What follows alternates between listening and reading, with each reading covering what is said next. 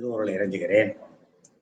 திருக்கைலாய பரம்பரை திருவாவூர்துறை ஆதீனம் ஸ்ரீ 24வது குருமகா சன்னிதானம் அவர்களின் பொன்னார் திருவடி கமலங்களை மனம் மொழி மெய்களால் திசை நோக்கி போற்றி பணிந்து வணங்குகிறேன். நம்முடைய அன்பிற்குரிய திருப்பணிச்செம்மல் கோமலையா அவர்களை வணங்கி மகிழ்கிறேன். நிகழ்ச்சியின் தொடக்கத்தில் நம்பியாரூரின் ஆரூர் பதிகத்தை மிக அருமையாக விண்ணப்பம் செய்த சிவ திருமதி பசலை அம்மாள் அவர்களை வணங்கி மகிழ்கிறேன். நிகழ்ச்சியை தொடங்கி வைத்திருக்கிற நம்முடைய மயிலை சைவ சித்தாந்த சபையினுடைய அமைப்பாளர் திருவாளர் செல்வம் அவர்களை வணங்கி மகிழ்கிறேன். நிகழ்ச்சியில் பங்கு பற்றியிருக்கிற கோமல் ஓம் நமச்சிவாய அறக்கட்டளை, மயிலை சைவ சித்தாந்த சபை, இடைமருது ஈசன் சாத்திர குழு ஆகிய அமைப்புகளை சார்ந்த அமைப்பாளர்கள், அன்பர்கள் ஆகிய துணை பேருடைய திருவடிகளையும் பணிந்து வணங்கி இன்றைய திருத்தொண்டர் புராண சிந்தனையை நாம் தொடர்வோமாக. நம்முடைய தொடர்ந்த சென்ற நேற்றைய வகுப்பிலிருந்து நாம் இந்த உம்மையால் உலகாண்ட சருக்கத்தினுடைய 5வது நாயன்மாராக விளங்குகிற திருக்குறிப்பு தொண்டருடைய வரலாற்றை சிந்திக்க தொடங்கி இருக்கிறோம். திருக்குறிப்பு தொண்டருடைய வரலாறை சொல்கிற நிலையில் நம்முடைய தெய்வ சேக்கரார் சுவாமிகள் தொண்டை நாட்டினுடைய பெருமைகளை மிக விரிவாக ஒரு 110 பாடல்கள் வரை, இந்த புராணம் 128 பாடல்களை உடைய ஒரு புராணம்.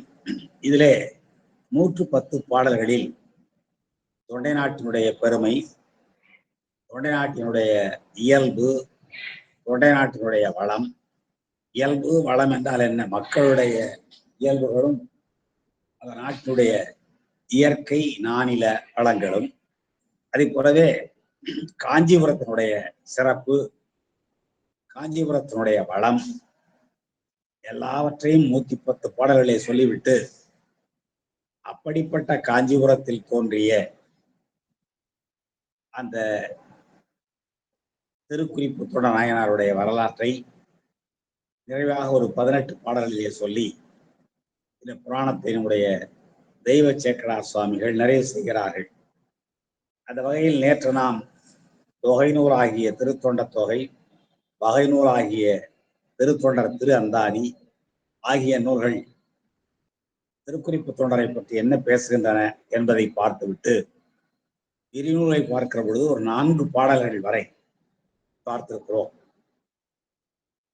அதுல அந்த 4 பாடல்கள் என்ன சொன்னார் என்றால், எல்லா உயிர்களுக்கும் எல்லையில்லாத கருணை தாயாக வழங்குகிற அம்மையார் பெருமானை தழுவி பூஜை செய்வதற்கு, ஆகம விதிப்படி நின்று பூஜை செய்வதற்கு மாதவம் செய்திருக்க வேண்டும் தொண்டை நன்னாடு என்று தொடங்கி, அந்த தொண்டை நன்னாட்டிலே நடுநிலை ஒழுக்கத்தில் நயந்த தன்மை மேவிய தலைமைசால் பெருங்குடிகள் தழைத்து விளங்குகிற பெருமைக்குரியது தொண்டை நன்னாடு என்றார். அடுத்த பாடலிலே பழையனூர் வேளாளர்கள் 70 பேரும் தாங்கள் சொன்ன சொல்லை காப்பதற்காக தீக்குளித்து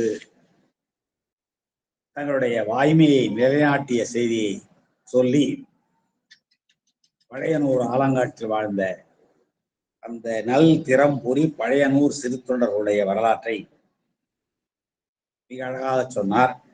அடுத்த 4வது பாடலில் திருநீற்றினுடைய பெருமையை சொல்லுகிற வகையில் கடலிட்டறிவார் நாயனார் அரச பதவி ஏற்று அரண்மனைக்கு திரும்புகிற பொழுது எதிரே வந்த வண்ணானை கண்டு அவன் மீதெல்லாம் உவர்நீர் உவர் மண் படிந்திருப்பதை பார்த்து அதை திருநீர் என்று கருதி அவனுடைய திருவடிகளில் விழுந்து அடிச்சேரன் என்று சொல்ல அவனும் அடிவண்ணான், அவன் அடிவண்ணான் என்று சொல்லி இவர் அடிச்சேரன் என்று சொல்லி வணங்கி, வாரவேடம் நினைவித்தீர் வருந்தாது ஏகும் என்று அவரை வழியனுப்பி அந்த சேர நாடுதான் தொண்டை நாட்டோடு மைத்துண கேண்மை கொண்டாடுகிற நாடு என்பதையும் பார்த்தோம்.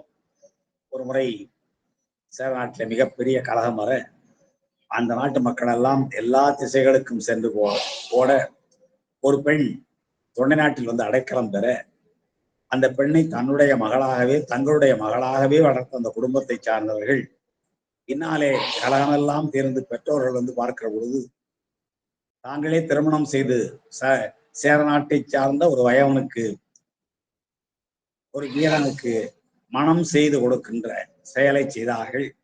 அதனாலேயும் மைத்துனக்கண்மையை கொண்டாடுகிற சிறப்புடையது. அதோடு மட்டுமல்லாமல் கடிகார பெருவிழா தான் தன்னுடைய பிள்ளைகளுக்கு அங்கே சேர நாட்டிலே மனம் முடித்தான் என்று வரலாறில் பேசுவார்கள். ஆக எந்த வகையில் பார்த்தாலும் தொண்டை நாடு சேர நாட்டிற்கு மைத்துனக்கண்மையுடைய நாடாக விளங்கியதை ஒரு பாடலிலே சொன்னவர்.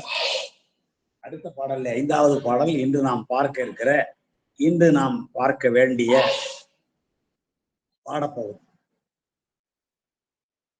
கரை விளங்கிய கண்டர்பால் காதல் செய் முறைமை நிறை புரிந்திட நேரிழை அறம் புரிந்ததனால் பிறை உறிஞ்சி எயில் பயில் பெருந்தொண்டை நாடு முறைமையாம் என உலகினில் மிகுமொழி உடைத்தார்.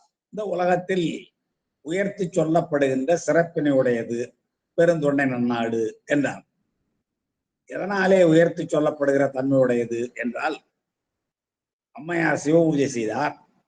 அந்த சிவ பூஜையினுடைய நிறைவாக பெருமானிடம் வரம் பெற்று 32 அறங்கள் செய்தார். அப்படிப்பட்ட அறங்கள் செய்த காஞ்சி மாநகரம் அதை போன்ற பல நகரங்களும் தன்னகத்து கொண்டு விளங்குவது பெருந்தொண்டை நன்னாடு என்று உலகம் பேசும் சிறப்பை உடையது என்று இந்த பாடல் சொல்லுகிறது. கரை விளங்கிய கண்டர்பால், அல்லாஹ் நம்ம எல்லாருக்கும் தெரியும், பெருமானுடைய கண்டம் திருநீல கண்டம். அந்த திருநீலமாகிய கரையை பெற்றிருக்கிறது. கரை என்றும் மறைத்து கொள்ள வேண்டியது. நன்றாக நமக்கு தெரியும். நம்முடைய ஆடையில் ஒரு கரைபடுமானால், ஒரு அவைக்கு போகிற பொழுது ஆடையிலே கரைபட்டு விடுமானால் அந்த கரையை எப்படி மறைப்பது என்பதுதான் நாம் கவலை கொள்வோமே தவிர அது இருக்கட்டும் என்று விட்டுவிட மாட்டோம். ஒரு துண்டையாவது மேலே போட்டு அந்த ஆடை அதன் வழியாக அந்த கரையை மறைப்போம். ஆனால் இங்கே பெருமானுடைய கழுத்தில் இந்த கரை விளங்குகிறது. பொதுவாகவே விஷம் உடைய பாம்புகள் கூட தங்களை மறைத்துக் கொண்டுதான் வாழும். பழைய பாடல் கூட ஒரு பாடல் உண்டு.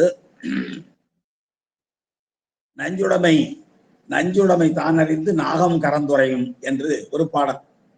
தனக்கு நஞ்சு இருக்கிறது, அதான் அந்த நீர்ப்பாம்பு, பொல்லா நீர்ப்பாம்பு எங்கும் கிடக்கும் என்றும் நஞ்சுடைமை தான் அறிந்து நாகம் கரந்துரையும் என்றும் பழைய பாடல் ஒன்று உண்டு.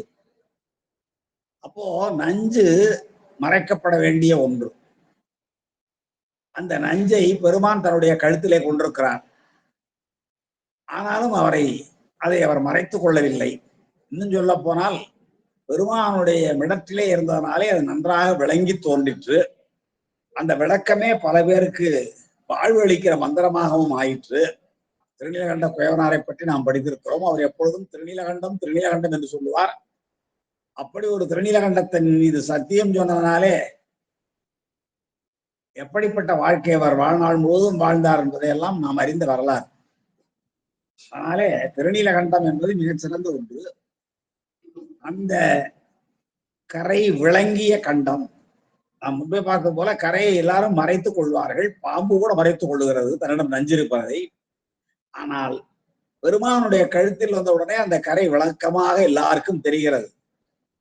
அப்போ அந்த கரை விளக்கமாக தெரிவதனாலே உலகத்திற்கு என்ன பயன் என்றால், மற்றவர்கள் வாழ்வதற்காக தான் துன்பத்தை ஏற்றுக்கொள்ள வேண்டும். மிக்கோர் அமுதுண்ண தான் நஞ்சுண்டார் நம்முடைய பெருமான். எத்தனை கோடி தேவர்கள் அமுதுண்டதற்காக பெருமான் நஞ்சை உண்டார். அப்போ மற்றவர்கள் அமுதம் உண்ண, மற்றவர்கள் இன்ப வாழ்வை பெற தான் துன்பத்தை ஏற்றுக்கொள்ளுகின்ற அந்த தியாக பெருமான், தியாகத்தன்மை வேண்டும் என்பதை உலகத்திற்கு அறிவிப்பது போன்றதுதான் அந்த திருநீலகண்டம். அந்த கரை விளங்கிய கண்டல் என்று பெருமானை இங்கே குறிப்பிடுகிறார் நம்முடைய தெய்வ சேக்கிழார். நஞ்சமாகிய கரை விளக்கமாக பெருமானுடைய திருக்கழுத்திலே விளங்குகிறது அல்லவா? அவ்வாறு விளங்குகின்ற கண்டத்தை உடைய பெருமான்பால் காதல் செய் முறைமை. காதல் செய் முறைமை என்பது அன்போடு செய்யப்படுகிற சிவபூஜை முறை. அந்த சிவபூஜை முறையை நிறை புரிந்திட என்றால் நிறை புரிந்திட என்றால் நிறைவாக்கிட. எப்பொழுது நிறைவு பெறுகிறது? அது சிவபூஜை என்றும் குன்றாது. அந்த அம்மையாரே வேண்டுகிற வரத்தில் சிவபூஜை என்றும் குன்றாமல் இது உலகத்தில் நடைபெற வேண்டும் என்றுதான் வேண்டிக் கொள்கிறார். ஆனால் அந்த அம்மையார் சிவபூஜையை ஒரு நாள் முடித்ததற்கு பிறகு முதல் நாள் அந்த ஏகம்பம் என்று சொல்லப்படுகிற ஒற்றை மாமரத்தின் கீழ் அமர்ந்து சிவபூஜை செய்ய பெருமானுடைய திருவிளையாட்டினாலே கம்பையாற்றிலே வெள்ளம் பெருக்கெடுத்து வர தன்னாலே ஸ்தாபிக்கப்பட்ட பெருமானுடைய லிங்க எங்கே கரைந்து போகுமோ என்று அச்சத்தின் காரணமாக பெருமானை தழுவி கொள்ள வளைத்தழும்பும் முளைத்தழும்பும் பெற்று அதனிடையில் பெருமானுடைய சிவபூஜையை அம்மையார் முடித்து விட்டதற்கு பிறகு பெருமான் மகிழ்ச்சி கொண்டு என்ன வரம் வேண்டும் என்று வேண்டுகிற போதுதான் 32 அறங்களை செய்ய வேண்டும் என்று 2வது வரமாக கேட்கிறார். அதான் இங்கே சொல்லப்படுகிற செய்தி. கரை விளங்கிய கண்டர் வால். வால் என்பது அவரிடத்து என்பது பொருள், இடப்பொருள், 7ஆம் வேற்றுமை. கரை விளங்கிய கண்டர் வால் சிவபெருமானிடத்து காதல் செய் முறைமை. காதல் என்பது இங்கு அன்போடு செய்கின்ற முறைமை என்பது சிவபூஜை, சிவ வழிபாடு.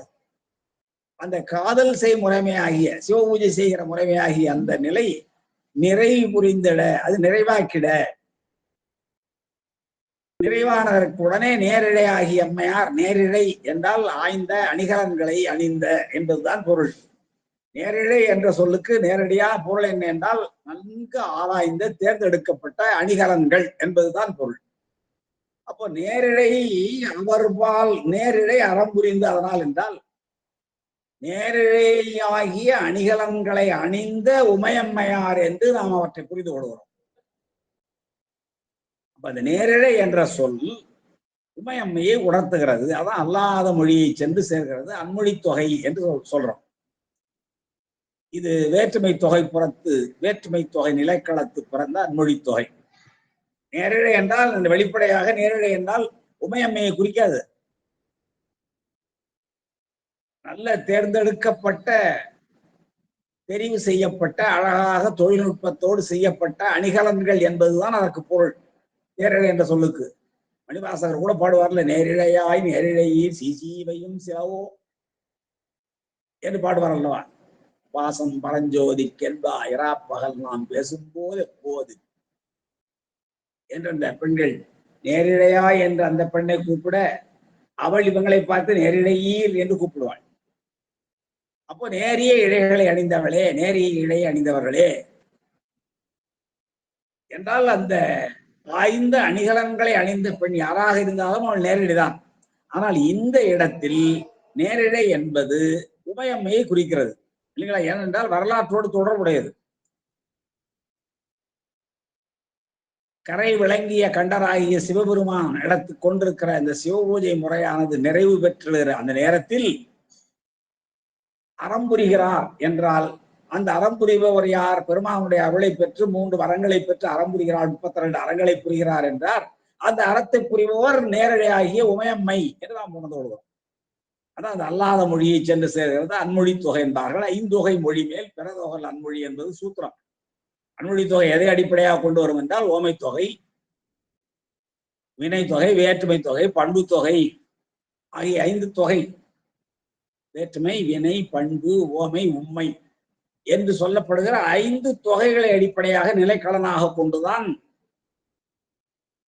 அன்மொழி தொகை வரும். அதனாலதான் சூத்திரம் ஒரே வரி, 5 தொகை மொழி மேல் பிறதொகல் அன்மொழி என்பது அன்மொழி தொகையினுடைய இலக்கணம்.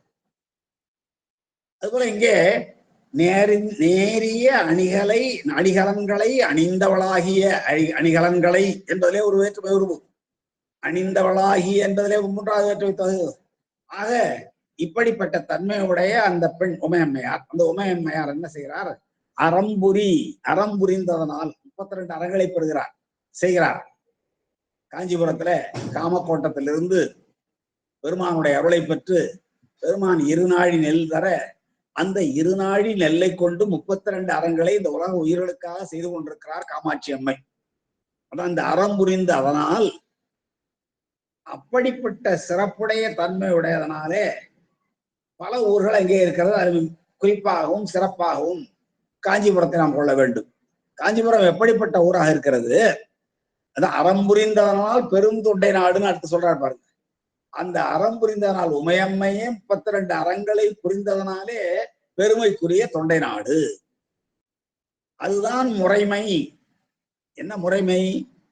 சிவனரியினுடைய நியதியை உடையது. அதுதான் அந்த நீதியை உடையது, முறைமையை உடையது. பெருந்தொண்டை நாடு அந்த முறைமையை உடையது என்று உலகத்தில் உள்ளவர்கள் எல்லாராலும் உயர்த்தி பேசப்படுகிற தன்மை உடையது. அந்த தலம் எப்படிப்பட்ட தலமாக இருக்கிறது? காஞ்சிபுரத்தை தான் சொல்லுகிறார். காஞ்சிபுரம் என்று பெயரை சொல்லல, ஆனால் நம்மை உயிர்த்து உணர வைக்கிறார். பிறை உறிஞ்சி எயில் பதி என்கிறார். எயில்னா மதில், மதிலாலை சூழப்பட்ட பதி. நம்ம நிறைய இடங்கள்ல படிச்சுட்டோம். பதி என்பது நகரம். எயில் பதி என்றால் மதிலாலே வளைக்கப்பட்ட பகுதிக்குள் இருக்கிற பெரிய நகரம். அந்த எயில் எவ்வளவு உயரமாக இருக்கிறது என்றால் பிறை உறிஞ்சு, பிறைன்னா பிறைச்சந்திரன், அந்த பிறைச்சந்திரன் சென்று உராய்ந்து தவழ்ந்து செல்லுகிற அளவுக்கு உயரமான, தடவி செல்லுகிற, உறிஞ்சுதல் என்றால் உராய்தல், தடவுதல் என்று பொருள். அப்போ இந்த பிறைச்சந்திரன் இந்த மதில் மேல் தடவி செல்லுகிறதா. பிறைச்சந்திரனை சென்று தடவுகிற அளவுக்கு மிக உயரமான மதிலால் சூழப்பட்ட பதிகள் பலவற்றை கொண்டிருக்கிற பெரும் தொண்டை நாடு, உலகத்தாரால் சிறப்பித்து பேசப்படுகிற மொழியினை உடையது என்று இந்த பாடல் சொல்கிறது. இங்க நாம் அந்த பெரிய மதிலால் சூழப்பட்ட நகரம் என்பதை காஞ்சிபுரம் என்றுதான் கொள்ள வேண்டும். காரணம் என்ன என்றால் இந்த சம்பவம் நடந்த இடமே காஞ்சிபுரம் தான். காஞ்சிபுரத்தில் தான் ஒற்றை மாமரத்தின் கீழ் பெருமானை பெருமாட்டி பிரதிஷ்டை செய்து வழிபாடு செய்ய கம்பை மாநதியில் வெள்ளம் பெருக்கெடுத்து வர சிவபூஜையிலிருந்து எங்கே நாம் வழிவிடுவோம் என்று இறைவனை தழுவிக்கொள்ள, அதன் பின்னாலே அந்த சிவபூஜை நிறைவுற மகிழ்ந்த பெருமான் வரங்கள் வேண்டிய வரங்களை கொள் என்று கேட்க என்று சொல்ல, அப்போதுதான் அந்த 3 வரங்களை அம்மையார் கேட்கிறார்கள். பின்னாலே அது விளக்கமாக நாம் இந்த திருக்குறிப்பு தொண்டராயனார் புராணத்திலேயே பார்க்க இருக்கும். மிக விளக்கமாக சொல்ல இருக்கிறார். என்ன 3 வரங்கள் வேண்டுகிறார்கள் என்றால், சிவபூஜை என்றும் குன்றாமல் நடைபெற வேண்டும், வரம் 1. நான் 32 அறங்களை செய்ய வேண்டும், வரம் 2. காஞ்சி மாநகரில் வாழ்கிற மக்களில் திருவடி பிழைத்தல் தவிர பிற எந்த தீமைகள் செய்தாலும் அவர்கள் மன்னிக்கப்பட்டு அவர்களுடைய சிவபராதங்கள் மன்னிக்கப்பட வேண்டும். திருவடி பிழைத்தல் என்றால் பெருமானுடைய திருவடிக்கு செய்கின்ற தவறு, அந்த தவறை தவிர எந்த தவறும் மன்னிக்கப்பட வேண்டும் என்ற 3 வேண்டுகோளை வைக்கிறார்கள் அம்மையார்.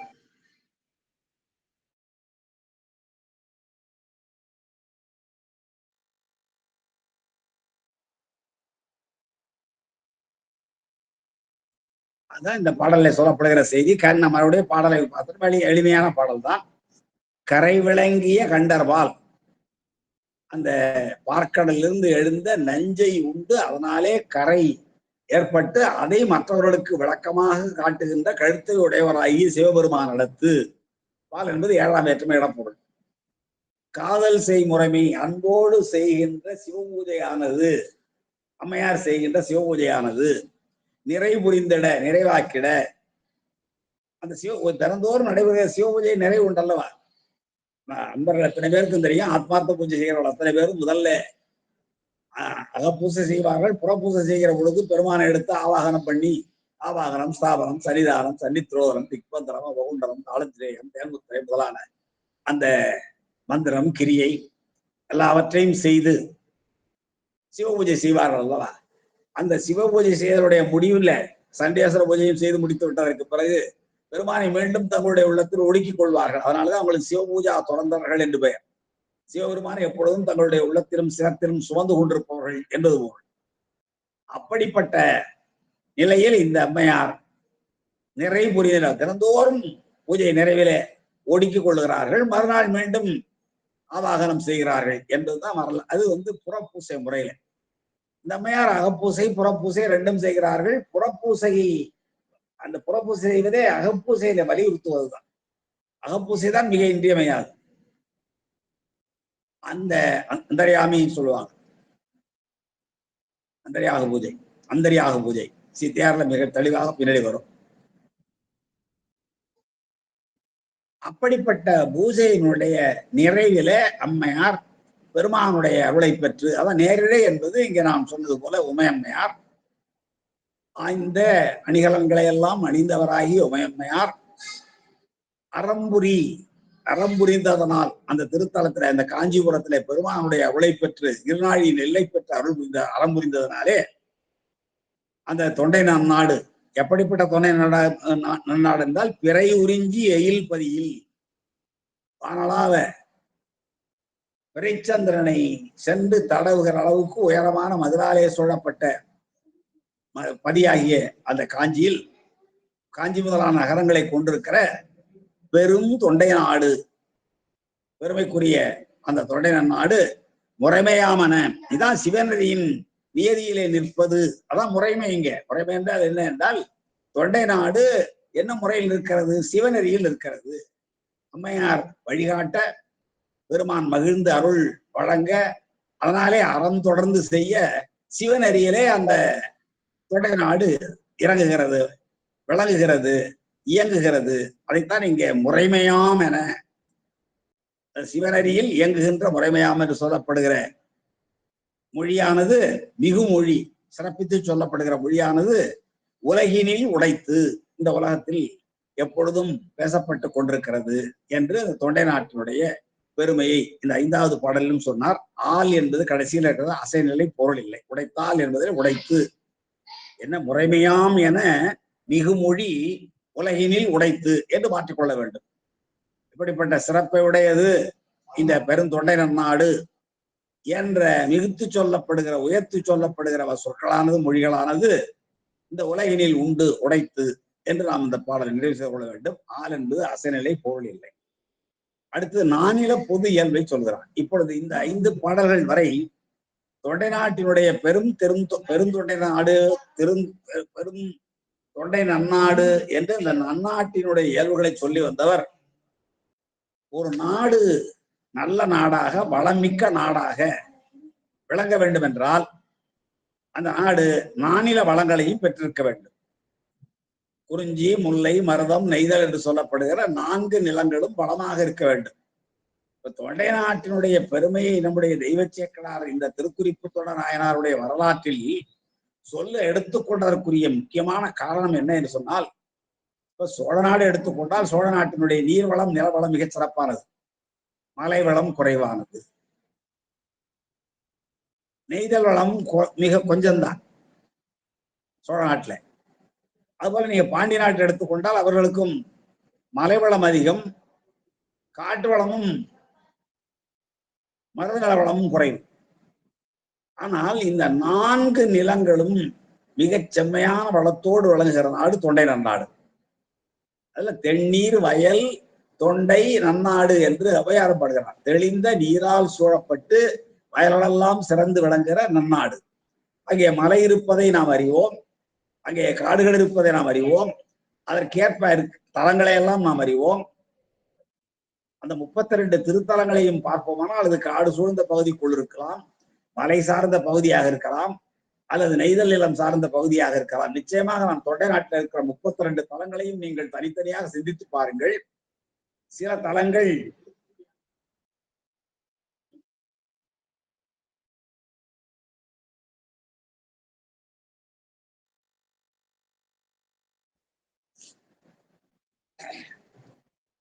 அந்த 32 தலங்களையும் தொண்டை நாட்டு தலங்களை எடுத்துக்கொள்வோமானால் சில தலங்கள் காட்டுப்பகுதியில் இருக்கிறது. பண்பார்த்தான் பரங்காட்டூர், இது மாதிரி சில பகுதிகள் காட்டுப்பகுதியில் இருக்கிறது. சில பகுதிகள் வயல்வளம் மிக்க பகுதியில் இருக்கிறது. சில திருத்தலங்கள் கடல்சார் திருத்தலங்களாக இருக்கின்றன. திருவொற்றியூரும் திருமயிலையும் திருவான்மியூரும் இவையெல்லாம் கடல் சார்ந்த பகுதிகள் இருக்குது. மலை சார்ந்த பகுதிகளில் திரு கழுக்குன்ற முதலான கோயில் முதலான இவையெல்லாம் மலை சார்ந்த பகுதிகள் இருக்கின்றன. இந்த ரெண்டுக்கு இடைச்சுரம், திரு இடைச்சுரம் போல சில இடங்கள். ஆக நானில வளமும் அமைந்திருக்கிற எல்லா பகுதிகளிலும் திருக்கோயில்களும் அமைந்திருக்கிறத நாம் பார்க்கிறோம். எனவேதான் இந்த தொண்டை நாட்டை அதனுடைய சிறப்புகளை பேச வந்தார் என்பதையும் கூட நாம் ஏற்றுக்கொள்ளலாம். சரி, இப்போ இந்த 4 நிலங்களும் எவ்வாறு பொருந்தி இருக்கின்றன? தொண்டை நாட்டிலே நானில வளமும், நானிலம் என்றாலே நம்முடைய உலகமே நானில பாகுபாடு உடையதுதான். 4 நிலங்களாலே சூழப்படுவது. இந்த 4 நிலங்கள் தான் மக்களுக்கு தேவையானவை. ஒன்று மலையும் மலை சார்ந்த இடமும். ஏனென்றால் ஆறுகள் தேவை. ஆறுகள் தேவை என்றால் மலையில் பொழிகின்ற மழையானது அருவியாக தரைப்பரப்புக்கு வந்து ஆறாக ஓடி அது சமவெளியில் பாய்ந்து வயல்களுக்கெல்லாம் புகுந்து, கால்வாய்கள் வழியாக வயல்களுக்கெல்லாம் புகுந்து உதவி செய்ய வேண்டும். எனவே மலை வளம் தேவை, காட்டு வளம் தேவை. காடு என்றால் அடர்ந்திய காலில் முல்லை என்பது உறவு பகுதிகள், கால்நடைகளை வளர்ப்பதற்கும் பால் முதலான வளமான பொருளை பெறுவதற்கும். அது போலவே முல்லை திணை அது போல மருதம் வயலும் வயல் சார்ந்த இடமும், கடலும் கடல் சார்ந்த இடம் ஆகிய இந்த 4 பகுப்புலதான் உலகம் அமைந்திருக்கு. அதான் நானில பாகுபாடு உடையதுன்னு சொல்வார்கள். நம்முடைய தமிழகம் 4 வகை பாகுபாடுகளை உடையதுதான். அந்த நானிலமும் ஒரு சேர வளமும் பெற்றிருக்கிற பகுதி தொண்டை நாடு என்பதை நாம் இந்த பாடல் வழி இன்னொரு 5-6 பாடல்கள் வழியாக நாம் பார்க்க இருக்கிறோம். அதுல இப்பொழுது பார்க்கிற 6வது பாடல் 4 நிலங்களின் பொது இயல்புகளை சொல்லுகிறார். குறிஞ்சி, முல்லை, மருதம், நெய்தல், இதான் 4 நிலம். நம்முடைய பழம்பெரும் இலக்கணமாகிய தொல்காப்பியத்துல இதுதான் சொல்லப்பட்டிருக்கிறது. எப்படி சொல்கிறார்கள்? மாயோன் மேய காடுரை உலகமும், சேயோன் மேய மைவரை உலகமும், வேந்தன் மேய தீம்புணல் உலகமும், வருணன் மேய பெருமணல் உலகமும், முல்லை, குறிஞ்சி, மருதம், நெய்தல் என சொல்லிய முறையால் சொல்லவும் படுமே என்பதுதான் தொல்காப்பியம். மாயோன் மேய காடுரை உலகமும், முல்லைத்திணைக்குரிய கடவுள் திருமால். மாயோன் மேய காடுரை உலகமும், சேயோன் மேய மைவரை உலகமும். சேயோன்னா முருகப்பெருமான். பெருமானுக்கும் பெருமாட்டிக்கும் அவன் சேய். எனவே சேயோன் மேய மைவரை உலகம், நல்ல கருமையான அடர்த்தியான காடுகளையும் செடி மரஞ்செடி கொடிகளையும் கொண்டிருக்கிற வரை மலை. பெருமான் முருகப்பெருமான் இருக்கிற இடம்லாம் மலைதான். அப்போ சேயோன் மேய மைவரை உலகமும், வேந்தன் மேய தீம்புணல் உலகம். வேந்தன் என்றால் இந்திரன் என்பது பொருள். இந்திரனை தலைவனாக கொண்டிருக்கிற தீம்புணல் உலகம் என்றால் நீர்நாடு. அதனால நம்முடைய பூம்புகார்ல 28 நாட்களுக்கு இந்திர விழா நடைபெற்றது பண்டை காலத்துல. காரணம் என்ன என்றால் மருதநலத்திற்குரிய தலைவன் இந்திரன். வேந்தன் மேய தீம்புணல் உலகமும், வருணன் மேய பெருமணல் உலகமும். கடலுக்கு தலைவன் யார் என்றால் வருணன். அது பெருமணல் பரப்பை தனக்கு முன்னாடி கொண்டிருக்கிறது. வருணன் மேய பெருமணல் உலகமும். நான் இப்ப சொன்ன முறையை பாருங்க. முல்லை, குறிஞ்சி, மருதம், நெய்தல். மாயோன் மேய காடுரை உலகம் முல்லை, சேயோன் மேய மைவரை உலகம் குறிஞ்சி, வேந்தன் மேய தீம்புணல் உலகம் மருதம், வருணன் மேய பெருமணல் உலகம் நெய்தல். 4 தான் தொல்காப்பியம் சொல்லுது. சொல்லிட்டு முல்லை, குறிஞ்சி, மருதம், நெய்தல் என சொல்லிய முறையால் சொல்லவும் படுமே. அங்க ஒரு வைக்கிறார் பாருங்க. சொல்லிய முறையால் சொல்லவும் படுமே என்றால், நான் இந்த முல்லை, குறிஞ்சி, மருதம், நெய்தல் என்று சொல்லுகிறேன். இந்த முறையை மாற்றி நீங்கள் குறிஞ்சி, முல்லை, மருதம், நெய்தல் என்று வேண்டுமானாலும் சொல்லிக் கொள்ளலாம் என்பதற்காகத்தான் சொல்லிய முறையால் சொல்லவும் படுமே என்றால், இந்த முறையை மாறி நீங்கள் வேறு முறையிலும் சொல்லலாம் என்ற கருத்தில் அந்த தொல்காப்பிய சூத்திரம் அமைந்திருக்கிறது. ஆக நானிலம் அமைப்பு. அந்த நடுவன் 5 நடுவனதொழிய படுதரை வையம் பாத்திய பண்பே என்றெல்லாம் சொல்வார்கள். இந்த பாலைத்திணைக்கு தனியாக ஒரு நிலம் கிடையாது. அவற்றெல்லாம் நாம் நிறைய பேசி இருக்கிறோம். முல்லையும் குறிஞ்சியும் முறைமையில் தெரிந்து நல்லியல் விழந்து நடுங்கு துயர் உடுத்து பாலை என்பதோர் படிவம் கொள்ளும் என்பதுதான் நம்முடைய தமிழ்நாட்டு பாலைக்குரிய இலக்கணம். ஆனால் பாலைக்கு என்று ஏன் அப்படி ஒரு இடமேதான் இல்லையே, பிறகு ஏன் ஒரு நிலம் வைத்திருக்க வேண்டும் என்றால், பாலைத்திணைக்கு உரிய கருப்பொருள், முதற்பொருள், உரிப்பொருள் ஆகியவற்றை பற்றி இலக்கணம் பேசுவதனாலே அவற்றை சொல்ல வேண்டிய அவசியம் இருக்கிறது. அவ்வளவுதான். சரிங்க. இப்போ இந்த நானிலங்கள் எப்படி அமைந்திருக்குன்னு பார்ப்போம். மிக அருமையாக, அதாவது பண்டை தமிழகத்துக்கு நம்மை கொண்டு செல்லுகிறார் தெய்வ சேக்கிழார். மலை வளம் எப்படி இருக்கும், காட்டு வளம் எப்படி இருக்கும், தொடர்ச்சியாக ஒரு பல பாடல்கள் வெளியாக ஒரு 2000 ஆண்டுகளுக்கு சங்க காலத்துல எப்படியெல்லாம் மக்கள் இயற்கை வாழ்வை வாழ்ந்தார்கள், குறிஞ்சி நில மக்கள் எப்படி வாழ்ந்தார்கள், முல்லை நில மக்கள் எப்படி வாழ்ந்தார்கள், மருதத்தணையிலே வாழ்ந்த மக்கள் எப்படி வாழ்ந்தார்கள் என்பதையெல்லாம் பற்றி மிக தெளிவாக மிகப்பெரிய நூல்களெல்லாம் நம் 10 பாட்டிலேயும் 8 தொகையிலையும் மிக விரிவாக சொல்லப்பட்டிருக்கிற செய்திகளை நம்முடைய தெய்வ சேக்கிழார் அவர்கள் சுருங்கிய பாடல்கள் வழியாக சொல்லி நம்மை உயிர்த்துணர வைக்கிறார். பலவற்றை நீங்கள் இங்கே சொல்லுகிற செய்திகளை விரிவுபடுத்திக் கொள்ளுங்கள், கண்டறியுங்கள், ஆய்வு செய்யுங்கள். வள்ளுவர் 1.25 அடி சொல்றார். அந்த 1.25 அடிக்கு விளக்கம் எழுதுகிற அறிஞர்கள் பலர், எத்தனை அறிஞர்கள், 10 பேர் உரை எழுதியிருக்கிறாங்க. இன்னமும் புதிய பொருளை சொல்லிக் கொண்டிருக்கிறார்கள். தருமர், மணக்குடவர், பரிதியார், நச்சர், காளிங்கர், மணக்குடவர், பரிமேலழகர் என்று பலரும் உரை செய்திருக்கிறார். என்றாலும் இன்னும் புதிய கருத்துக்கள் தோன்றிக் கொண்டுதான் இருக்கின்றன. அந்த 1.25 அடியில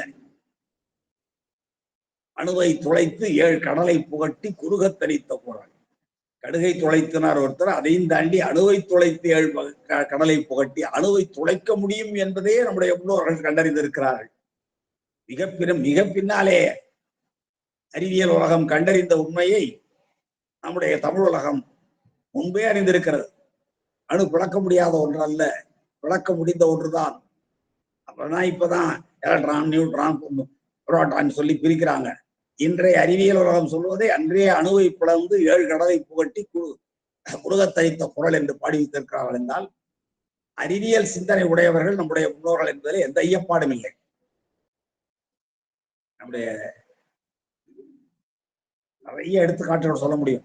இன்றைய தூரதர்ஷினி, இன்றைய அதாவது ஆர்கிமிடிஸுடைய தத்துவமாகட்டும், கலீலியோவினுடைய தத்துவமாகட்டும், எல்லா சித்தாந்தங்களையும் எல்லா அறிவியல் கோட்பாடுகளையும் நம்முடைய இலக்கியங்கள் சொல்லுகின்றன. நம்முடைய மணிவாசக பெருமான் மிக தெளிவா சொல்ற அல்ல, வெள்ளப்பகுதியின் உண்டை பிறக்கம். அப்போ எத்தனை அண்டங்கள், அதுல எப்படி உலகங்கள் மிதந்து கொண்டிருக்கின்றன, எத்தனையோ அறிவியல் செய்திகளை நம்முடைய இலக்கியங்கள் சொல்லுகின்றன. அந்த போதுமான இலக்கிய பயிற்சி இன்மையினாலும் அறிவியல் கோட்பாடுகளை புரிந்து கொள்கிற தன்மை இன்மையினாலும் நம்ம அவர்கள் பின்தங்கி இருக்கிறோம் என்பதுதான் உண்மை. சரிங்க. இப்போ குறிஞ்சி முதலான நானிலங்களுடைய பொதுவான இயல்புகளை இந்த பாடல்ல 8வது பாடல்ல பார்க்கிறோம். 6வது பாடல்ல காவில் செம்மணி அருவி ஆறு இழிவன சாரல் பூவில் வண்டினம் புது நர வருந்தும் புறவம் வாவி நீள்கயல் வரம்பு இற உகைப்பன மருதம் நீவி நித்திலம் பரத்தியர் உணக்குவ நெய்தல். இந்த 4 அடியிலேயே கடைசி சீர் பாருங்க, 4 நிலங்களை சொல்லிடுறார். அந்த 4 சீர்களை அந்த கடைசியில இருந்து முன்னாடி ஒவ்வொருக்கும் வரணும். எப்படி? சாரல் தாவில் செம்மணி அருவி ஆறு இழிவன, புறவம் பூவில் வண்டினம் புது நரவு அருந்துவ, மருதம் வாவி நீள்கயல் வரம்பு இற உகைப்பன, நெய்தல் நீவி நித்திலம் பரத்திய உணக்குவ என்று அடிகள் தோறும் மாற்றிக்கொள்ள வேண்டும். அந்த ஈட்டு சீரை கொண்டாந்து முதற் சீராக வைத்துக் கொள்ள வேண்டும். சாரல் என்றால் என்ன? மலையும் மலை சார்ந்த பகுதியும் தான் சாரல். சாரல் என்றால் இப்பொழுது வேற பொருள். மழை பொழிகிற பொழுது அடிக்கிற தூவானத்தை சாரல் என்பார்கள். ஆனால் உண்மையிலே சாரல் என்றால் குறிஞ்சி திணைக்குரிய இலக்கிய பெயர் தான் சாரல். குறிஞ்சி திணை என்றால் என்ன? மலையும் மலை சார்ந்த இடமும். மலையும் மலை சார்ந்த இடத்துக்கும் உள்ள பழைய பெயர்களிலே ஒன்றுதான் சாரல் என்பது. அப்போ இந்த முதல் வரியில பாருங்க, சாரல் தாவில் செம்மணி அருவி ஆறு இழிவன. குறிஞ்சி திணையில மலை சார்ந்த பகுதிகளிலேயும் தாவில் செம்மணி, குற்றமில்லாத நவமணிகள், செம்மையான மணிகள், சிவந்த மணி மட்டுமல்ல, செம்மையான மணிகள் எல்லாம், எல்லா மணிகளும் குற்றமில்லாத மணிகள், மணிகள்ல குற்றம் உண்டு சொல்றாங்களாம். தாவில் செம்மணி அருவி ஆறு இழிவன, மலையிலிருந்து வீழ்கிற அருவியும் அது தரைப்பரப்பில் ஓடுகிற பொழுது ஆறாகும் அல்லவா, அவ்வாறு ஆறுகளும் அருவிகளும் கீழே கொண்டு வந்து சேர்க்கின்றன. எவற்றை? தாவில் செம்மணி, குற்றமில்லாத மணிகளை கொண்டு வந்து அருவிகளும் ஆறுகளும் சேர்க்கின்றன. அதான் குறிஞ்சி திணை, அதுதான் சாரல். சாரல் என்றால் குறிஞ்சி மலையும் மலை சார்ந்த பகுதிக்கும் தான் சாரல் என்று பெயர். சில எடுத்துக்காட்டுகளை நான் சொல்றேன் பழைய இலக்கியங்கள்ல இருந்து. ஒரு குறுந்தொகை பாடல், வேரல் வேலி வேர்கோட் பலவின் சாரல் நாட செவ்வியை ஆகுமதி. வேரல் வேலி வேர்கோட் பலவின் சாரல் நாட செவ்வியை ஆகுமதி, யாரகுது அறிந்திசினோரே சாரல். ரெண்டு இடத்துல வருது இந்த பாட்டுல சாரல். யாரகுது அறிந்திசினோரே சாரல், சிறுகோட்டு பெரும்பழம் தூங்கியாங்கிவள், உயிர் தவச் சிறிது காமமோ பெரிதே என்று குறுந்தொகையில ஒரு பாடல். அதாவது நிறைய தேர் ஒழுகுகிற மிகப்பெரிய வேர்பராக்கள், மலைப்பகுதிகளில் நிறைய வேர்பராக்கள், அப்படிப்பட்ட வேர்பராக்கள் பலவற்றை கொண்டிருக்கிற மலைநாடனே என்று அழைக்கிறாள் அந்த தோழி. சாரல் நாட செவ்வியை ஆகுமதி. நான் சொல்வதை நன்றாக கவனித்து கேட்டுக்கொள். தோழி சொல்றா, என்ன சொல்றா? யாராவது அறிந்திசினோரே, யாருக்கு ஏன் உண்மை தெரியும் பின்னாடி, அது சஸ்பென்ஸ் நம்ம ஆங்கிலத்துல சொல்றோமே, அது போல உயிர்த்துணர வைக்கிறாய். யாரு அகுது அறிந்திசினோரே சாரல் பெருங்கோட்டு சிறுபழம் தூங்கி ஆங்கியவள். சாரல் சிறுகோட்டு பெரும்பழம் தூங்கி ஆங்கியவள். நான் மாற்றி சொல்லிட்ட பிழையாக. மலை பகுதியில இருக்கிற ஒரு பலாமரம், அந்த பலாமரத்துல அதான் சாரல், சிறுகோட்டு பெரும்பழம் தூங்கி ஆங்கியவள். சின்ன கிளையில பெரிய பழம் தொங்கினால் என்ன ஆகும்? கிளை முறிந்து போகும். கிளை முறிந்து போனால் பழம் மேலிருந்து கீழே விழும். கீழே பாறைகள், பாறைகளிலே அந்த பலாப்பழம் விழுமானால் என்ன? உடைந்து சிதறி போகும். அதுபோல தலைவியை நீ சரியான நேரத்தில் திருமணம் செய்து கொள்ளவில்லை என்றால் எப்படி அந்த சிறு கிளையிலே தொங்கிக் கொண்டிருக்கிற பெரிய பலாப்பழம் கீழே விழுந்து சிதைந்து போகுமோ, அதை போல தலைவியினுடைய உயிர் மிகச் சிறியது, அவள் உண்டால் கொண்டிருக்கிற விருப்பம் மிகப்பெரியது. பலாப்பழம் பெரியது, கிளை சிறியது. தலைவி உன்னிடம் கொண்டிருக்கிற விருப்பம் பெரியது, அவளுடைய உயிர் மிகச் சிறியது. எனவே அவளுடைய உயிரை காப்பாற்ற வேண்டும் என்றால், அவளுடைய பெரிய விருப்பத்தை காப்பாற்று. பலாப்பழத்தை காப்பாற்ற வேண்டும் என்றால் நாம் அந்த கிளையிலிருந்து கீழே விழுந்து விடாமல் காப்பாற்ற வேண்டும். அதுதான் யாராகுது அறிந்தீசுனோரே சாரல், சிறுகோட்டு பெரும்பழம் தூங்கி ஆங்கியவள், உயிர்தவச் சிறிது காமமோ பெரிதே என்று ஒரு அருமையான பாடல்.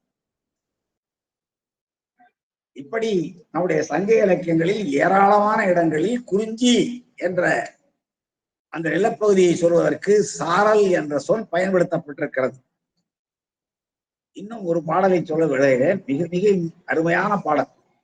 நாம் தெய்வ சேக்கிழார் இப்படியெல்லாம் நம்மை சிந்தனை செய்ய வேண்டும் என்பதற்காகத்தான் குறிஞ்சின்னு போட்டு போயிருக்கலாம், ஏன் சாரல் என்று போடுகிறார்?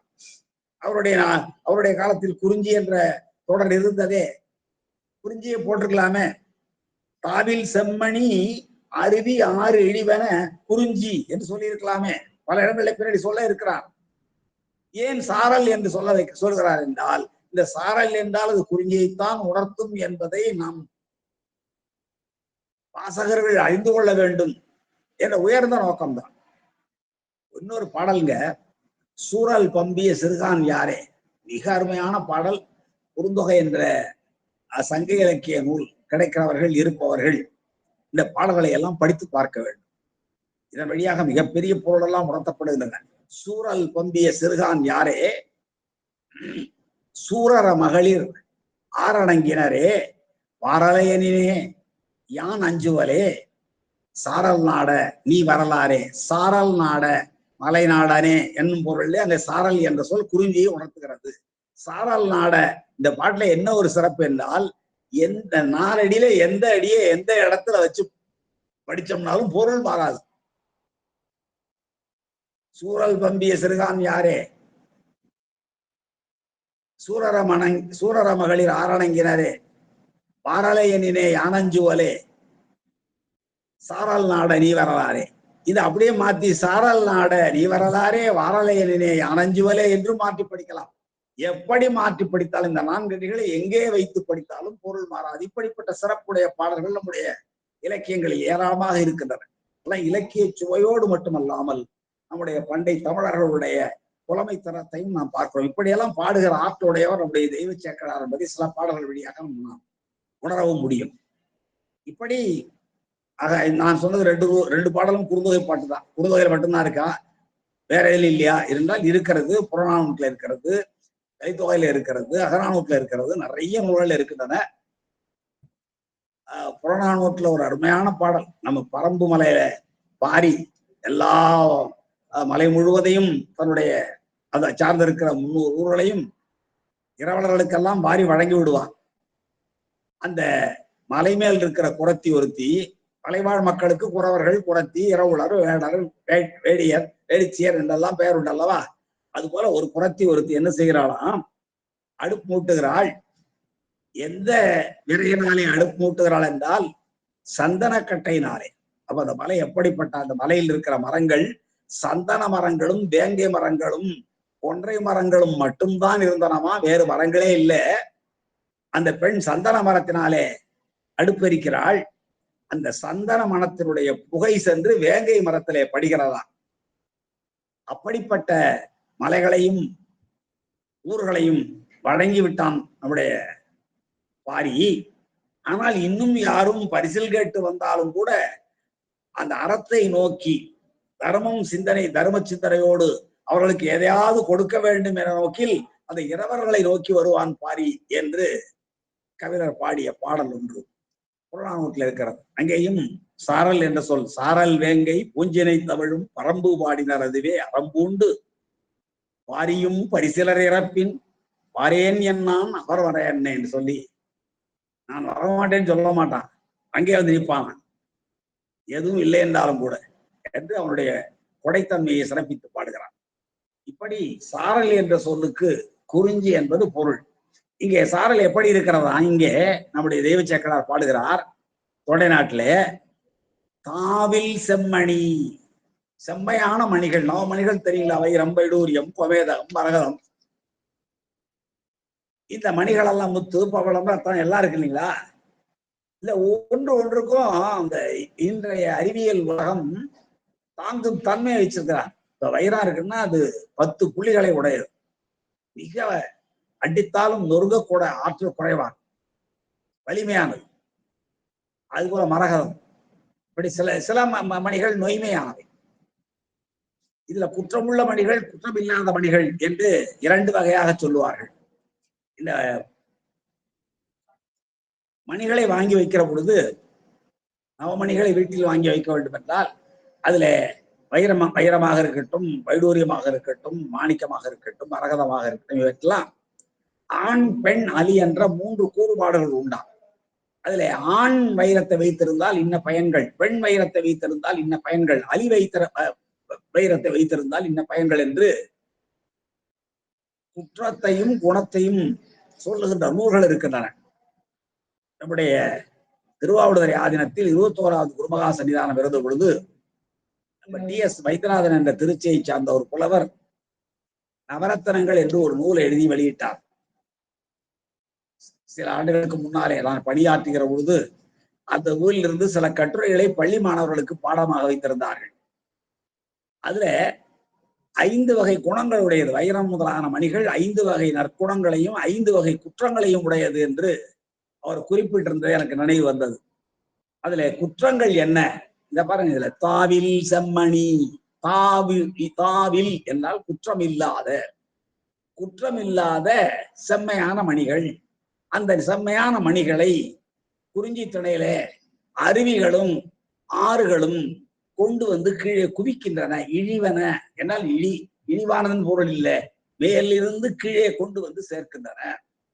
அருவிகள் மேலேருந்து கீழே கொண்டு வர அந்த அருவிகள் ஆறாக ஓடி வருகிற பொழுது சமதளத்திலே கொண்டு வந்து எல்லாருக்கும் அந்த மணிகளை குவிக்கின்றன. அவையெல்லாம் தாவில் செம்மணிகள், குற்றமில்லாத செம்மையான மணிகள். சிவந்த மணிகள் மட்டுமல்ல, அவை செம்மைத்தன்மை உடையவை, வாழ்க்கையில் செம்மையை தருவன. அவை எவை? அந்த குற்றங்கள் என்ன என்றால், சில மணிகளில் புள்ளிகள் இருக்குமா, புள்ளிகள், கோடுகள், நீரோட்டம், அழுக்கு, காகபாதம் என்று 5 வகை குற்றங்களை உடையதாக மணிகள் இருக்கும். இந்த குற்றங்களுடைய மணிகளை மனிதர்கள் அணிந்தால் அவர்கள் இடையூறு அடைவார்கள். அதே போலவே 5 வகையான குணங்களை சொல்லுகிறார்கள். அந்த 5 வகையான குணங்களை உடைய மணிகளை அணியலாம். அவை அணிகிற பொழுதும் அவை அதுல எது ஆண், எது பெண், எது அலி என்று பார்க்க வேண்டும். அது அலித்தன்மை உடையவை, மிக இடையூறு தருவன என்றெல்லாம் நம்முடைய அந்த நூலாசிரியர், மிகச்சிறிய நூல் தான், 48 பக்கங்களை உடைய ஒரு சிறு நூல் தான் என்றாலும், அந்த நவரத்னங்கள் என்ற நூலிலே திருச்சியை சார்ந்த டி.எஸ். வைத்தியநாதன் என்ற ஒரு தமிழ் புலவர் 3 நாட்கள் திருச்சி வானொலியிலே நிகழ்த்திய உரை, அந்த உரையை தொகுத்து புத்தகமாக நம்முடைய 21வது குருமகா சன்னிதானமுடைய ஆட்சி காலத்திலே வெளியிட்டிருக்கிறார்கள். சிலப்பதிகாரத்திலே கூட ஒரு பாடல்ல குற்றங்கள் என்ன என்று சொல்கிற பொழுது, விந்து, ரோகம், காகபாதம், களங்கம் என்று சிலப்பதிகாரத்தில் இந்த மணிகளில் உள்ள குற்றங்கள் 4 சொல்லப்பட்டிருக்கின்றன. இன்னும் அந்த குற்றங்களை பற்றி நம்முடைய நூல்களிலே பார்க்கிற பொழுது, காகபாதமும் களங்கமும் விந்துவும் ஏகையும் நீங்கி இயல்பில் குன்றா நூலவர் நொடிந்த நுழை நூங்கொடி 4 வகை வருணத்து நலங்கேழ் ஒளியவும் என்று இது சிலப்பதிகாரத்து வரிகள். இங்கே மணிகளில் இருக்கிற குறைபாடுகள் எவை என்ற செய்தியை குறிப்பிடுகிறார். காகபாதமும் களங்கமும் விந்துவும் இதெல்லாம் குறைபாடுகள். இங்க பாருங்க, தாவில் செம்மணி, குற்றமில்லாத மணிகளை கொண்டு வந்து அருவிகளும் ஆறுகளும் கீழே கொண்டு வந்து சேர்க்கின்றன. அதான் நாட்டினுடைய வளம். மக்கள் பயப்பட வேண்டியில்லை. கொண்டு வந்து சேர்ந்திருக்கிற மணிகள் எல்லாம் இது குற்றமுடைய மணிகளா, குற்றமில்லாத மணிகளா என்றெல்லாம் ஆய்வு செய்ய வேண்டிய அவசியமே இல்லை. ஏனென்றால் அந்த நாட்டில் விழுகிற அருவிகளும் தரையிலே ஓடுகிற ஆறுகளும் கொண்டு வந்து சேர்க்கின்ற மணிகளே கூட தாவில் செம்மணிகள், குற்றமில்லாத செம்மணிகள். அந்த செம்மணிகளை மேலிருந்து அருவிகள் வழியாக ஆறுகள் கொண்டு வந்து இழிவன, தரையில் கொண்டு வந்து சேர்க்கின்றன. அப்படிப்பட்ட குறிஞ்சி திணைகள், குறிஞ்சி நிலங்கள், அதான் சாரல். அடுத்து புறவம்னா காடும் காடு சார்ந்த இடமும், முல்லை நிலம். அங்கே பூவில் வண்டினம் புது நரவு அருந்தும். காடும் காடு சேர்ந்த இடம்னாலும் சோலைகள் இருக்கும், மலைகள், அந்த சோலைகள்ல மரங்கள், கிளைகள், பூக்கள், அரும்புகள் எல்லாம் இருக்கும் இல்லைங்களா. நம்முடைய இதுல பார்த்திருக்கிறோம், கண்ணப்ப நாயனாருடைய வரலாறுல நானில வளங்களதையும் பார்த்திருக்கிறோம் காலத்தில. அப்போ பூவில் வண்டினம் எங்க? புறவம், முல்லை நிலத்தில் இருக்கிற சோலைகளிலே இருக்கிற பூக்களில் வண்டு இனம், வண்டு கூட்டங்கள் புது நரவு அருந்துவ. புது நரவு, புது தேனை, அந்தளர்ந்த மலர்களிலிருந்து வழிகின்ற புது தேனை அருந்துவ. பாருங்க, எல்லாம் பன்மையில சொல்றா பாருங்க. வண்டு இனம், வண்டு கூட்டங்கள் அருந்துவ. மேலே இழிவன பாருங்க, இழிவது என்றால் ஒன்று, இழிவன என்றால் பன்மை. பசுக்கள் மேய்ந்தன, பசு மேய்ந்தது. இப்போ ஒருமை பன்மையில அந்த விகுதியை வைத்துக் கொண்டே இது ஒன்றா பலவா என்று கண்டறிகிற ஒப்பற்ற ஆற்றல் உடையது நம்முடைய தமிழ் மொழி. மேய்ந்தன என்று சொல்லுகிற பசு மேய்ந்தனன்னு சொன்னாலே ஒன்று இல்லை, நிறைய பசுக்கள் அங்க இருக்கிறது என்பது பொருள். மேய்ந்தது என்றால் ஒன்றுதான். பிரிக்கிற பொழுது நம்ம பகுவத உறுப்பிலக்கணம் என்று நம்முடைய 11ஆம் வகுப்பில் 12ஆம் வகுப்பில் சொல்லி வந்திருப்பார்கள். பகுதி, வெகுதி, இடைநிலை, சாரியை, சந்தி, விகாரம் ஆறினும் முன்னி ஏற்பவை முடியும் எப்பதங்களும் என்று பகுவதத்திற்கான இலக்கணத்தை நன்னூல் வழக்கமாக சொல்லும். அப்படி நீங்கள் பிரித்து பார்த்தால் அது அகிரணையா, உயர்தனையா, ஆண்பாலா, பெண்பாலா, ஒன்றன்பாலா, பலவின்பாலா, பலர்பாலா, எல்லாவற்றையும் அந்த விகுதி வழியாகவே கண்டுபிடிச்சிடலாம். இந்த விகுதியை வைத்துக் கொண்டு உயர்தனையா, அகிரணையா, இது ஆண்பாலா, பெண்பாலா, பலர்பாலா, ஒன்றன்பாலா, பலவின்பாலா, தன்மை இடமா, முன்னிலை இடமா, படக்க இடமா, நிகழ்காலமா, அது காலங்காட்டும் இடைநிலை. ஒரு வினைச்சொல் ஒரே ஒரு வினைச்சொல்லை வைத்துக் கொண்டு இவ்வளவையும் கண்டறியலாம் என்றால் நீங்க வேற எந்த மொழியையும் குறைவாக கருதவில்லை. எல்லா மொழிகளுக்கும் தனித்தனி இயல்புகள் உண்டு, தனித்தனி சிறப்புகள் உண்டு. சில சிறப்புகள் நம்முடைய மொழிக்கு கூட இல்லாமல் இருக்கலாம். பிற மொழிகளுக்கு உள்ள சிறப்புகளிலே சில சிறப்புகள் நம்முடைய மொழிக்கு கூட இல்லாமல் இருக்கலாம். ஆனால் இப்படி ஒரு சிறப்பு நம்முடைய மொழியில் என்ன என்றால், ஒரே ஒரு வினை சொல்லை சொன்னால் அதை செய்தவன் ஆனா பெண்ணா, உயர்தனையா அகிரணையா, ஒருவனா பலரா என்ற நேற்றா இன்றா நாளையா பலவற்றையும் புரிந்து கொள்கிற ஆற்றலை ஒரே ஒரு வினைச்சொல் தரும் என்றால், முன்னி ஏற்பவை முடியும் எப்பதங்களும் என்று மிக தெளிவாக நம்முடைய இலக்கணம் வரையறை செய்கிறது. சரிங்க, அது போட்டு இப்போ பூவில் வண்டினம் புது நரவு அருந்துகின்றன. எதை? புது நரவம், புது தேனை. பூவில் இருந்து புது தேனை அருந்துகின்றன. எவை அருந்துகின்றன? வண்டினங்கள் அருந்துகின்றன. எங்க இருக்கிற வண்டினங்கள்? புறவம், முல்லை நிலத்திலே இருக்கிற புறவம் பூவில் வண்டினம் புது நரவு அருந்துவன. சரிங்க, அடுத்த வரைக்கும் வாங்க. மருதம்னா வயலும் வயல் சார்ந்த இடம். எல்லாத்துக்கும் பேர் எதனால வந்து உங்களுக்கு தெரியும். மலை மாலை சார்ந்த இடத்துக்கு குறிஞ்சின்னு பேர் வர்றதுக்கு காரணம் அந்த குறிஞ்சி பூ தான் காரணம். ஏன்னா அந்த குறிஞ்சி பூவுக்குள்ள ஆற்றல் வேற எந்த மலர்களுக்கும் மலையில் தோன்றினாலும் இல்லை. 12 ஆண்டுகளுக்கு ஒரு முறை பூக்கிற பூ தான் குறிஞ்சி பூ. வேற மலர்கள் மலையில இருக்கலாம் என்றாலும் அந்த மலைக்குரிய சிறப்பான பூ எது என்றால் குறிஞ்சி. அதை போலத்தான் காட்டில் எத்தனை மலர்கள் மலரலாம் என்றாலும் முல்லைதான் சிறப்புடையது. மருதத்தில எத்தனையோ மரங்கள் இருக்கலாம், மரங்களிலே சிறந்தது மருத மரம். அதே போல நெய்தல் திணையிலே எத்தனையோ மரங்கள் இருக்கலாம், நெய்தல் மலர்கள் தான் மிகச் சிறந்தது. அப்போ ஒவ்வொரு திணைக்கும் பெயர் வைக்கிற பொழுது அந்த திணையில் உள்ள மிகச்சிறந்த மரங்களாலோ தான் நம்முடைய முன்னோர்கள் பெயரிட்டிருக்கிறார்கள். இன்று வரை அதை மாற்றுவதற்கு முடியாத அளவுக்கு மிக தெளிவாக பெயர் வைத்திருக்கிறார்கள் என்றால், எப்படிப்பட்ட தொலைநோக்கு சிந்தனை உடையவர்கள் நம்முடைய முன்னோர்கள் என்பதற்கு இவையெல்லாம் சான்றுகள். சரி, இப்போ பாருங்க, இந்த மருத நிலத்துல என்ன ஆகுதுன்னா, மருத நிலத்துல நீர் வளம் மிக்கதல்லவா, வயலும் வயல் சார்ந்த இடம் தானே மருதம். அங்கே வாவின்னா நீர்நிலைகள், பெரிய குளங்கள். அங்கே பெரிய குளங்கள்ல நீண்ட கயல் மீன்கள் இருக்கின்றன. நீள் கயல் மீன்கள்ல ஒரு வகை கயல் மீன்கள், வாழை மீன்கள், கயல் மீன்கள், இறால் மீன்கள் என்று சிறு வகையான குளங்கள்ல இருக்கிற மீன்கள். கடல்ல இருக்கிற மேல வேற. அங்கே சுறாவும் திமிங்கலங்களும் அங்கே இருக்கலாம். ஆனால் இந்த குளங்களிலே இருக்கிற மீன்களிலே கயல் மீன்கள், இறால் மீன், இவற்றை பற்றித்தான் நம்முடைய தெய்வ சேக்கரார் பல இடங்களிலே மருத நிலத்திலே பாடிக்கொண்டு வருவார். அதே போலதான் இங்கேயும் வாவி குளங்களிலே நீண்ட கயல் மீன்கள் வரம்பு உகைப்பன. பக்கத்துல இருக்கிற மருத நிலத்தினுடைய வரப்புகள் இருக்கிறதுனால வரம்பு என்றால் வரப்பு, இற்று போகுமாறு உகைப்பன வேகமாக பாய்கின்றன. உன்னுடைய ஒரு பாடல்ல திருநாளை போவார்ல பார்த்தோம். அந்த தென்னை மரத்துக்கு கீழே இருக்கிற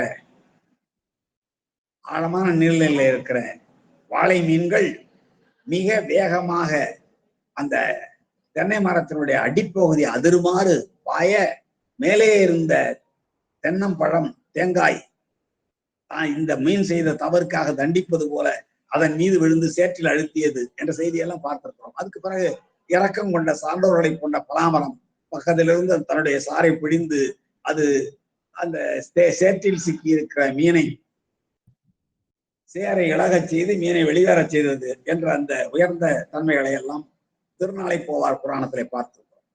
அதுபோல இங்கே கயல் மீன்கள், வாவி நீள்கயல் குளத்திலே இருக்கிற நீண்ட கயல் மீன்கள் வரம்பு உகைப்பன, வரப்புகள் இற்று போகுமாறு, நொறுங்கி போகுமாறு, நுடைந்து போகுமாறு உகைப்பன வேகமாக பாய்கின்றன. அப்போ என்ற அளவுக்கு அது வலிமையுடையதாக இருந்தால், வாவியிலே இருக்கிற மீன்கள் பக்கத்தில் இருக்கிற வரப்பு நொறுங்கி போகிற அளவுக்கு வேகமாக பாய்கின்றன. அப்படிப்பட்ட வளமான மருதம்.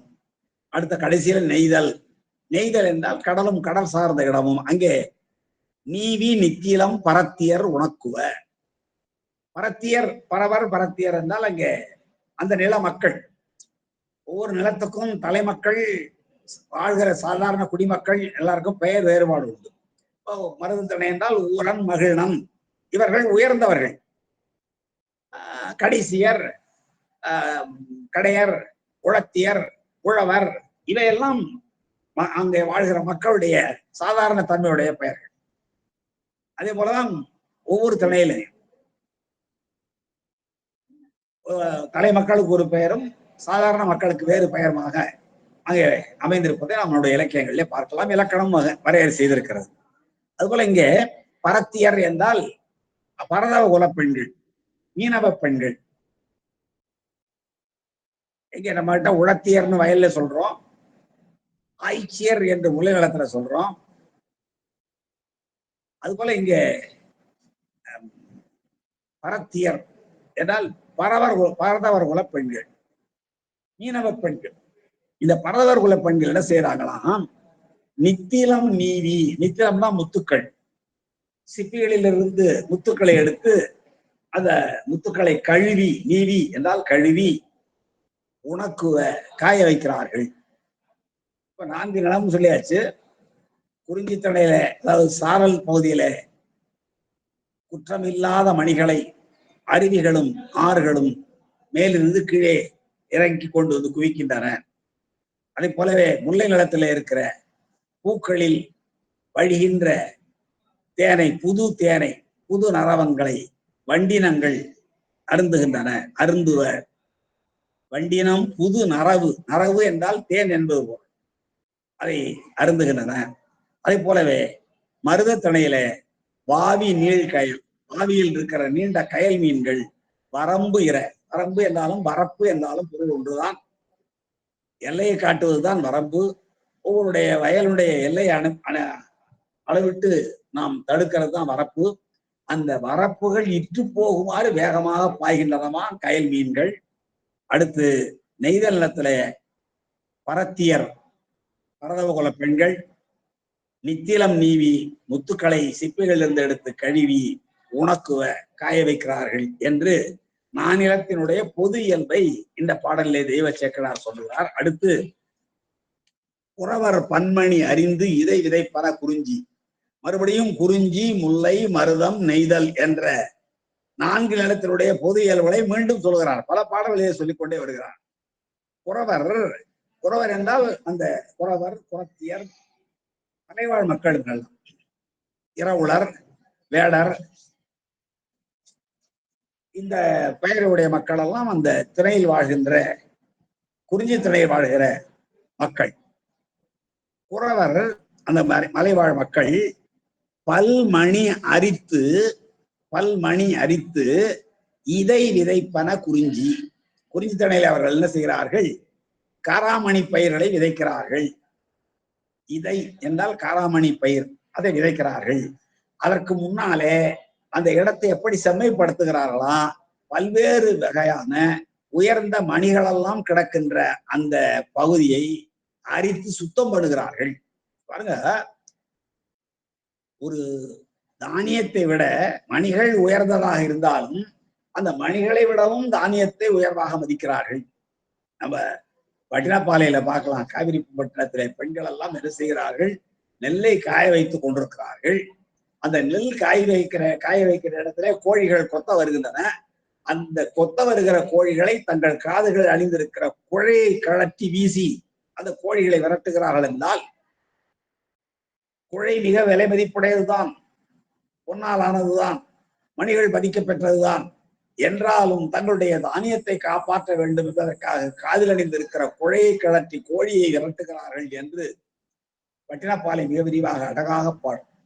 கடியலூர் உருத்தரங்கனார் என்பவர் பாடிய காவிரி பூம்பட்டினத்தினுடைய சிறப்பை, கரிகார் சோழனுடைய ஆட்சி சிறப்பை, கரிகார் சோழனுடைய போர் சிறப்பை, வெளிநாடுகளிலிருந்து வந்து இறங்கிய பொருள்களின்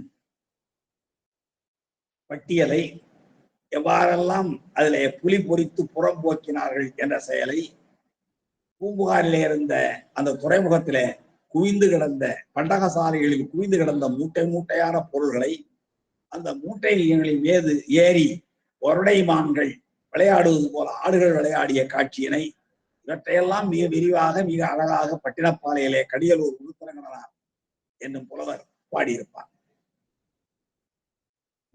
நம்முடைய நிஜமாக சொல்லுகிறோம் என்றால், எப்படி திருமுறைகளை படிப்பதற்கு நமக்கு காலம் போதாதோ 12 திருமுறைகளில் இருக்கிற 18,000 பாடலுக்கு மேலான பாடல்கள், அந்த பாடல்கள் மட்டுமல்லாமல் தமிழிலே இருக்கிற ஏராளமான இலக்கியங்கள் 10 பாட்டும் 8 தொகையும் 18 கீழ்கணக்கும் இன்னும் அளவில் அடங்காத எல்லையற்ற அறநூல்கள், இலக்கியங்கள், காப்பியங்கள் இவற்றையெல்லாம் படிப்பதற்கு நம்முடைய வாழ்நாள் நிச்சயமாக போதாது. அப்படிப்பட்ட ஆற்றல் மிக்க ஒரு மொழிதான் நம்முடைய மொழி. அந்த மொழியில இங்கே குறவர் பன்மணி அரித்து, குறவர்கள் மலையில் வாழ் குறவர்கள் காராமணியை விதைப்பதற்கு முன்பாக நிலத்தை பண்படுத்துகிறார்கள். பண்படுத்துகிற பொழுது என்ன செய்கிறார்கள் தான் பல்மணி, பல்வேறு வகையான மணிகள். போன பாட்டுல மணியெல்லாம் வந்து பாருங்க, தாவில் செம்மணி அருவி ஆறு இழிவன, குற்றமில்லாத மணிகளை அருவிகளும் ஆறுகளும் கொண்டு வந்து குவித்திருக்கின்றன அல்லவா? அந்த நிலத்திலே தானே இவர்கள் இதை விதைக்க வேண்டும், காராமணி விதைக்க வேண்டும்.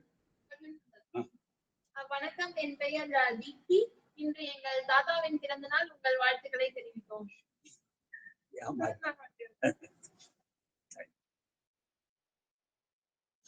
அந்த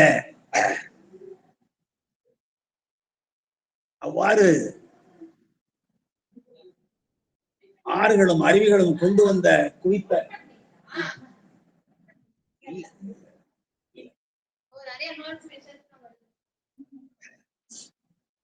அதுபோல் நிறைய மணிகளை கொண்டு வந்து குவித்து வைத்திருக்கின்றன ஆறுகளும் அருவிகளும். அவற்றையெல்லாம் விளக்குகிறார்கள்.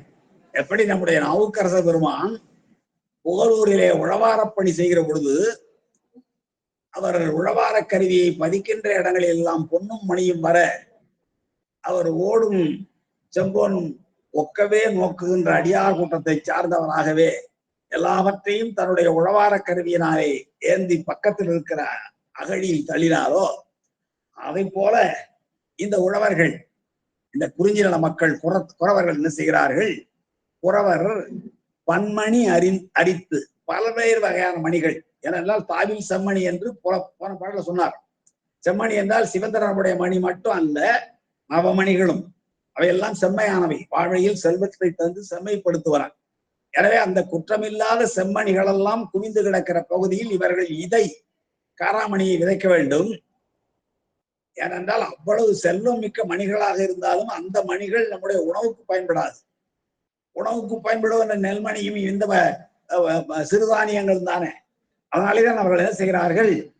குறவர் பன்மணி அரித்து, அவற்றையெல்லாம் அரித்தரித்து எடுத்து விலக்கிவிட்டு இதை விதைப்பன, இதை காராமணி என்ற அந்த தானியத்தை குறிஞ்சியில் விதைக்கிறார்கள், மலைப்பகுதியில விதைக்கிறார்கள். அடுத்த 2வது பாருங்க, காணம். காணம் என்றால் முல்லைத்தனை. கறவை ஆனிரை மானுடன் பயில்வன. கறவை ஆனிரை, ஆனிரை என்றால் பசு கூட்டங்கள், அது கறக்கின்ற தன்மையுடைய பசு கூட்டங்கள். கறவை ஆனிரை நன்றாக பொருள் வெளிப்படையாக தெரிகிறது. கறவை ஆனிரை மானுடன் பயில்வன காணம், முல்லைத்தனையிலே மானோடு சேர்ந்து பழகி கொண்டிருக்கின்றன, பயின்று கொண்டிருக்கின்றன. அப்போ இது 2மே முல்லைத்தனைக்குரிய கருப்பொருள். நம்ம பார்க்கணும், முதற் பொருள், கருப்பொருள், உரிப்பொருள் இவற்றையெல்லாம் தெரிந்து வைத்துக் கொண்டுதான் தெய்வ சேக்கிழார் பிழை இல்லாமல் பாடியிருக்கிறாரா? அவர் தெய்வ சேக்கிழார், அவர்கிட்ட பிழைய வருவதற்கு வாய்ப்பில்லை. நீங்கள் பழைய இலக்கண அளவுகோலை எல்லாம் வைத்துக் கொண்டு அளந்து பார்க்கலாம். ஒரு திணைக்கு முதற் பொருள், கருப்பொருள், உரிப்பொருள் என்று 3 வகையாலே தான் நிலத்தை நாம் அளவிடுகிறோம். இது குறிஞ்சி திணை என்றால் அது நிலம்,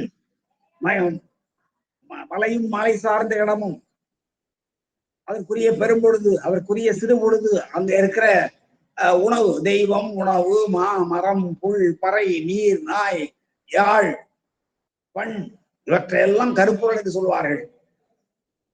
உரிப்பொருள் என்பது மற்றவையெல்லாம் மாறலாம், மற்றவையெல்லாம் மயங்கலாம், உரிப்பொருள் மட்டும் மயங்கக்கூடாது.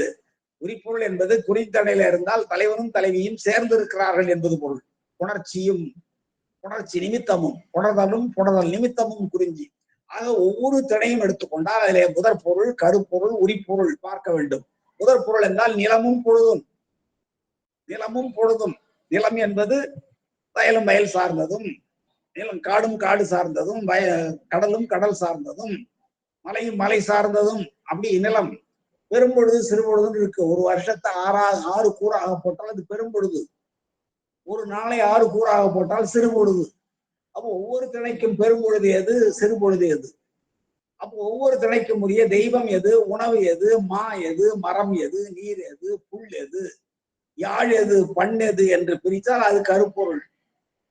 அதுக்கு பிறகு உரிப்பொருள், உடலும் உடல் நிமித்தமும், உடலும் உடல் நிமித்தமும், பிரிதலும் பிரிதல் நிமித்தமும், இரங்கலும் இரங்கல் நிமித்தம். இந்த நானிலத்துக்கும் இவ்வாறு உரிப்பொருளை பாகுபாடு செய்து வைத்திருக்கிறார்கள். இந்த அளவுகோலை எல்லாம் வைத்துக் கொண்டு நாம் பார்த்தால் தெய்வ சேக்கிழாருடைய கவிதைகள் அவ்வளவும் மிக பொருத்தமாக அமைந்திருப்பதை நம்மாலே உணர முடியும். பாருங்க, குறவர்கள், மலைவாழ் மக்கள் அவர்கள் என்ன செய்கிறார்கள்? பல மணிகளை எல்லாம் அரித்தரித்து விளக்குகிறார்கள். எப்படி பன்மணிகள் வந்தது? போன பாட்டுல வந்தது. தாவில் செம்மணி அரித்து அதுக்கு பிறகு அந்த இடத்துல என்ன செய்யறாங்க? இதை விதைக்கிறார்கள். இதை என்பதுதான் அந்த தானியம். காராமணி என்னும் பயிரை குறிஞ்சியில் விதைக்கிறார்கள். விதைப்பன குறிஞ்சி. அடுத்து காணம் முல்லைத்திணையில. முல்லைத்திணைக்குரிய கருப்பொருள் எது? பசுக்கள் முல்லைத்திணையினுடைய கருப்பொருள், பால் முல்லைத்திணையினுடைய கருப்பொருள், மான் முல்லைத்திணையினுடைய கருப்பொருள், தெய்வம், உணவு, மா, மரம், புல், பறை இதெல்லாம் வரும். ஒவ்வொரு திணைக்கும் தெய்வம் இருக்கிறது, உணவு இருக்கிறது. எல்லாருக்கும் ஒரே மாதிரி உணவு இல்லை. அந்த உணவை எல்லாமே ஒரு காற்றார் நம்முடைய தெய்வ சேக்கரார் அடுத்தடுத்த பாடல்கள். பாருங்க, கறவை ஆணிரை மானுடன் பயில்தன காணம்.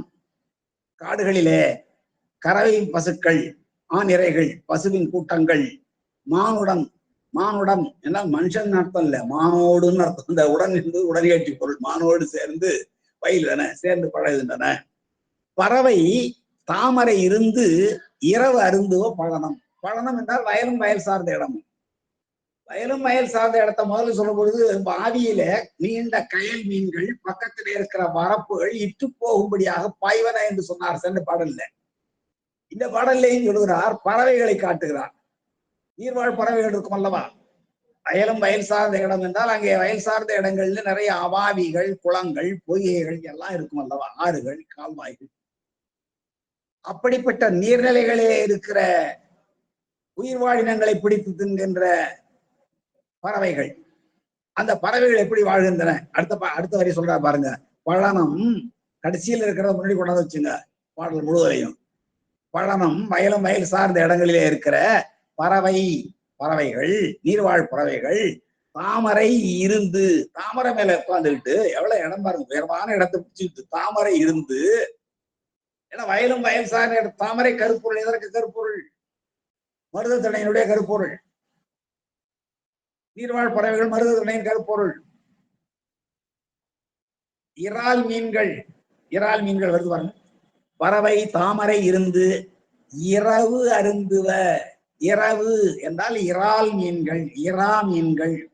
சுறா மீன்கரை சுறவு என்கிறோம், நிலாய் நிலவு என்கிறோம், கனாவை கனவு என்கிறோம், இறாவை இரவு என்கிறோம்.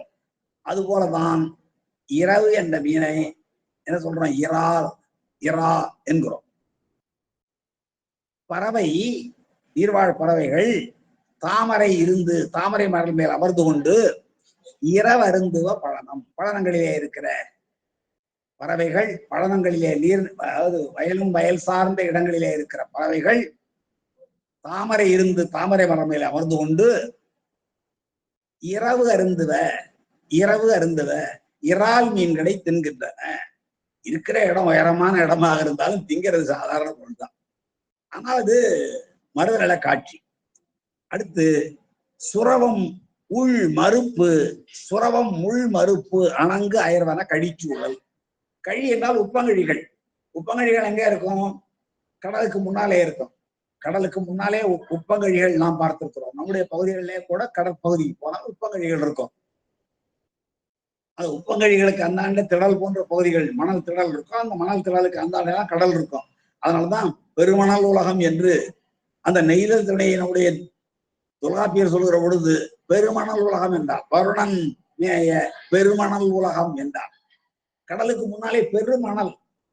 நம்முடைய சென்னையில் இருக்கிற மெரினா உலகத்தினுடைய 2வது மிக அழகிய நீண்ட கடற்கரைன்னு சொல்வார்கள். உலகத்திலேயே மிக அழகான மிக நீண்ட கடற்கரை நம்முடைய சென்னையில இருக்கிற மெரினா கடற்கரை. உங்களுக்கு எல்லாருக்கும் தெரியும். எங்க இருந்து ஆரம்பிக்குது? இங்கே திருவல்லிக்கேணியில இந்த ஹாமில்டன் பிரிட்ஜ் சொல்லப்படுகிற, அதை எப்படியெல்லாம் வீணாக மொழிபெயர்த்து அம்பட்டன் தாராவதி என்று மொழிபெயர்த்து அங்கிருந்து தொடங்கி இந்த சாந்தோம் வரை இருக்கிற மிக நீண்ட தூரம். அதுக்கு பிறகு அந்த பகுதியில நீங்க பெசன் நகர் போகலாம், திருவான்மையூர் போகலாம், எதுவரை இருந்தாலும் மெரினாவினுடைய தூரம் அந்த சாந்தோம் பீச் வரை பார்த்தோம்னா உலகத்தினே மிக சிறந்த 2வது அழகான நீளமான கடற்கரை தான். பம்பாயில இருக்கிற மெரின் டிரைவ் கூட அதற்கு பின்புதான். பிரேசில் நாட்டில் இருக்கிற ரியோ டி ஜெனீரோ என்ற கடற்கரை தான் உலகத்தில் தலை சிறந்த அழகான மிக நீளமான கடற்கரை. அந்த கிளாஸ் முடியல 7:30 மணி ஆகும். நம்ம 7:30 மணிக்கு படிக்கலாம். அவங்க இங்கதான் வருவாங்க, இந்த லிங்க் தான் வருவாங்க. அதனால மாரியம்மா படிமா திருச்சாளர் சிவனுடைய காரணியா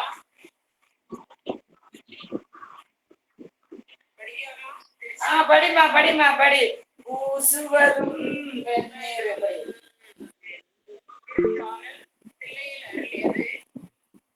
அப்போ உலகத்துல இந்த ரியோ டி ஜெனீரோ என்று சொல்லப்படுகிற கடற்கரை தான் மிக நீளமான மிக அழகான கடற்கரை என்றால், 2வதாக நம்முடைய தமிழகத்திலே இருக்கிற இந்த மெரினா தான் மிக நீளமான அழகான கடற்கரை என்று ஒரு பெருமை நமக்கு உண்டு. அந்த கடற்கரையிலே வாழ்கிற மக்கள், நெய்தல் நில மக்கள் எதை வழிபடு தெய்வமாக கொள்கிறார்கள் என்றால், சுறா மீன்களுடைய முள். அது கொம்பு மாதிரி இருக்குமா. சுறா மீன்கள் மிகப்பெரிய மீன்கள். போன அடியில இறால் மீன்களை சொன்னார், அடுத்து சுறா மீன்களை சொல்கிறார். மிகப்பெரிய மீன்கள் சுறா மீன்கள். திமிங்கலத்துக்கு அடுத்தபடியாக சுறா மீன்கள் தான் மிகப்பெரியவை. அந்த சுறா மீன்களுடைய கொம்புகள் என்றால் கொம்புகள் கிடையாது, அந்த முள்ளு. நீங்க அதனுடைய உடம்புல மேல இருக்கிற முள் இருக்கிறது அல்லவா, அந்த முள்ளே கொம்பு மாதிரி இருக்கும். அதை அறிந்து வைத்து அதை தெய்வத்தன்மையுடையதாக கருதி வழிபாடு செய்வார்கள் நெய்தல் மக்கள். நம்ம அவற்றையெல்லாம் நாம் கேரள எழுத்தாளர்கள் செம்மீன் என்ற ஒரு அருமையான நூலை எழுதிய தகழி சிவசங்கரன் என்று நினைக்கிறேன். அப்படிப்பட்டவர்களுடைய நூல்களில அந்த நெய்தல் நில மக்களுடைய வாழ்க்கை முறையை, இன்றைய வாழ்க்கை முறையை மிக அழகாக எழுதியிருப்பார். அதுபோல இங்கே சுரவம் முள் மறுப்பு, அது சுரவத்தினுடைய முள்ளுதான். சுறா மீனுடைய முழுப்பகுதியில் இருக்கிற முள்ளு ஒன்னொன்னு மிகப்பெரியதா இருக்கும். அது மறுப்பு போல இருக்கும், கொம்பு போல இருக்கும். அந்த மறுப்பு அணங்கு அயர்வன கழிச்சூழல், உப்பங்கழிகள் நிறைந்திருக்கிற அந்த சூழல். நெய்தல் நிலையத்திலே கடல் சார்ந்த பகுதியிலே வாழ்கிற மக்கள் அணங்காட்டயர்கிறார்கள், தெய்வ விழா கொண்டாடுகிறார்கள். எதை வைத்து கொண்டாடுகிறார்கள் என்றால் சுறா மீனினுடைய முள் என்பது அவற்றினுடைய கொம்புகளை போல இருக்கிற அவற்றை செருகி. இது நம்முடைய சங்க இலக்கியங்களில் காட்டப்படுகிற பல செய்திகள். அதுல ஒன்று பட்டினப்பாலை சொன்ன பட்டினப்பாலை காவிரி பூம்பட்டினத்துல வாழ்ந்த மக்கள் சினை சுறவின் கோடு நட்டு, சுறா மீனுடன் கூட சினை சுறாவான், சினையுற்ற சுறா மீனினுடைய அந்த கோடு என்றால் கொம்பு என்பது பொருள். கொம்பு என்றால் இங்கே அந்த முள்ளுதான். அதை நட்டு மனை சேர்த்திய வல்லணங்கினா என்று அங்கே நம்முடைய பட்டினப்பாலையில காவிரி பூம்பட்டினத்திலே வாழ்ந்த மக்கள் எப்படி அந்த கடல் விழா கொண்டாடினார்கள் என்பதை குறிப்பிடுகிறது பட்டினப்பாலை. அதே போல இங்கேயும் பாருங்க, சுரவ முள் மறுப்பு. சுறா மீனினுடைய சுரவம் என்றால் சுறா என்பதுதான் சுரவு என்றாகிறது. எப்படி புறா என்பது புறவுகிறதோ, நிலா என்பது நிலவாகவோ, கணா என்பது கனவாகவோ, இரா என்பது இரவாகவோ ஆவது போல இங்கே சுறா என்பது சுரவு என்றாகிறது. அந்த சுறா மீனினுடைய முள் மறுப்பு, சுறாமீனுடைய முள் மறுப்பு போல் இருக்கிறது, கொம்பு போல இருக்கிறது. அதை கொண்டு வந்து அணங்கு அயர்வன, அணங்கு விழா, அணங்கு என்றால் தெய்வத்தன்மையுடைய விழாக்களை அயர்வார்கள் செய்கிறார்கள். யார்? கழிச்சூழல், உப்பங்கழி சூழலிலே கடல் சார்ந்த பகுதிகளிலே வாழ்கிற மக்கள் அவ்வாறு செய்கிறார்கள் என்று இந்த 7வது பாடல்ல மறுபடியும் குறிஞ்சி நில மக்கள், முல்லை நில மக்கள், முல்லை நில மாக்கள், குறிஞ்சி நிலத்தில இருக்கிற குறவர்கள் என்ன செய்கிறார்கள்? அவர்கள் பல வகையான மணிகளை எல்லாம் அரித்து ஒதுக்கிவிட்டு அங்கே இதை விதைக்கிறார்கள், கலாமணி விதைக்கிறார்கள். முல்லைத்திடையில இருக்கிற மாக்கள், ஆணிரைகள், கறவை பசுக்கள் அங்கே இருக்கிற மாநிலங்களோடு சேர்ந்து பயில்கின்றன, வாழ்கின்றன. நீர்நிலையிலே இருக்கிற நீர்வாழ் பறவைகள் தாமரை மலர் மேல அமர்ந்து கொண்டு இறா மீன்களை தின்னுகின்றன. அருந்துவ, அருந்துவ பன்மையில பாருங்க, அருந்துவன அப்படின்னு அர்த்தம், தின்கின்றன. சுறா மீன்களுடைய மறுப்பு போன்ற முட்களை எடுத்து வைத்து அதை அணங்காட்டாயிறார்கள்.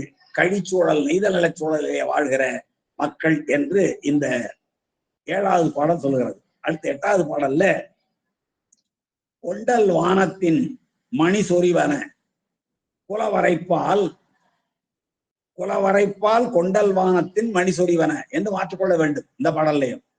அடுத்து தன் துணர் கொன்றை பொன் சொறிவன தளவயற்பால். அடுத்து வண்டல் முத்தம் நீர் மண்டு கால் சொறிவன வயற்பால், கண்டல் முந்துரை கரி சொறிவன கலங்கடற்பால் என்று இந்த பாடலிலேயும் ஈற்றிலே இருக்கிற 4 சொற்களும் அந்த திணையைத்தான் குறிக்கின்றன. பாருங்க, வரைப்பால், வரைன்னா மலை, மலையிடத்து என்று நாம் கொள்ள வேண்டும். மலையிடத்து என்பது குறிஞ்சி திணை. அடுத்து தளவயற்பால், தளவு என்றால் முல்லை, முல்லைகள் பூத்து இருக்கிற அயற்பால் என்றால் முல்லை நிலம். 4வது அடியிலே வயற்பால் இருக்கிறது. வயல் என்றால் வயலும் வயல் சார்ந்த இடமும் மருதத்திணை. அங்கே பால் என்பது இடம், 7ஆம் வேற்றுமை இடப்பொருள். கடற்பால் கடைசியில நெய்தல் திணை, கடலிடத்து. இந்த 4 இடத்தும் என்ன நிகழ்கின்றன என்பதை இந்த 8வது பாடல் சொல்லுகிறது.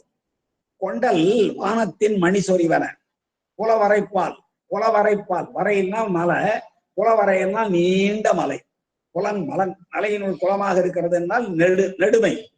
நம்முடைய மேற்கு தொடர்ச்சி மலை எடுத்தோம்னா அது எவ்வளோ நீளம், கிழக்கு தொடர்ச்சி மலை எடுத்துப்போது எவ்வளவு நீளம். 2ம் சேர இடம் தான் ஒரு இடம், மிக மலைகளின் ராணி, நமக்கு எல்லாருக்கும் தெரியும். அப்படி மலைகள் தொடர்ச்சியாக நின்றிருக்கிறது தான் குளம், அதான் குலவரை. அந்த குலவரை இடத்து குறிஞ்சி திணையில கொண்டல் மேகங்கள் வானத்தின் மணி சொறிவன, மேகங்கள் வானத்திலிருந்து மணியை சொரிகிறது. என்ன மணியை சொரியும்? மழை நீர் துளிகளாகிய மழையைத்தான் சொரியும். வேற என்னது? நவமணிகளையாக சொரியும் போகின்றன.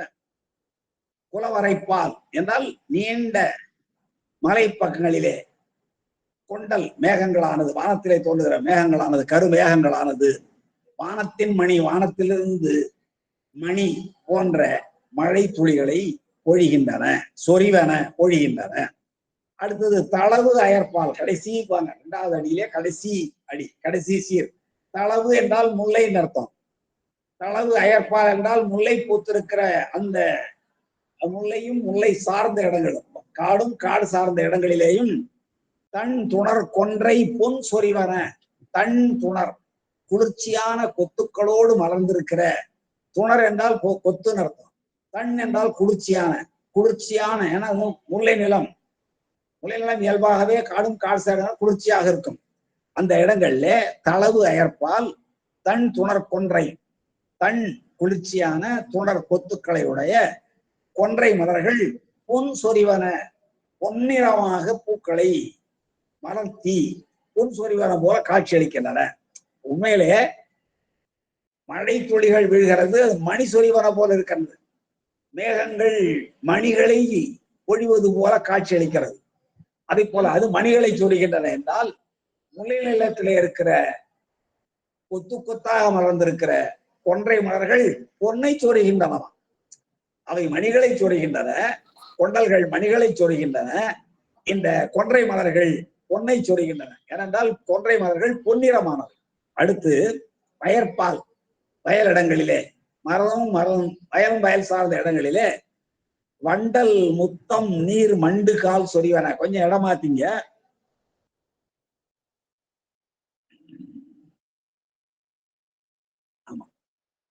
நீர் மண்டுகால் சொறி. நீர் மண்டுகால், நீர் நிரம்பி வருகிற கால்வாய்கள் என்பது பொருள்.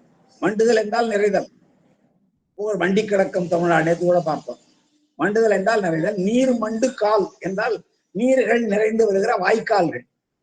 இதுல ஆற்றிலிருந்து வயலை நோக்கி என்ன வரும்? கால்வாய்கள் வரும்.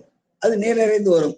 அந்த நீர் நிறைந்து வரும் கால்வாய்கள் எதை சொரிகின்றன என்றால், முதல் வரியில வானங்கள் மணிகளை சொரிந்தன, இரண்டாவது அடியில முல்லை நிலத்துல கொன்றை மலர்கள் பொன்னை சொரிந்தன, மணியை சொரிந்தன, பொன்னை சொரிந்தன. இங்கே வயலும் வயல் சார்ந்த இடங்களிலும் இருக்கிற வண்டல் முத்தம் சொரிகின்றன.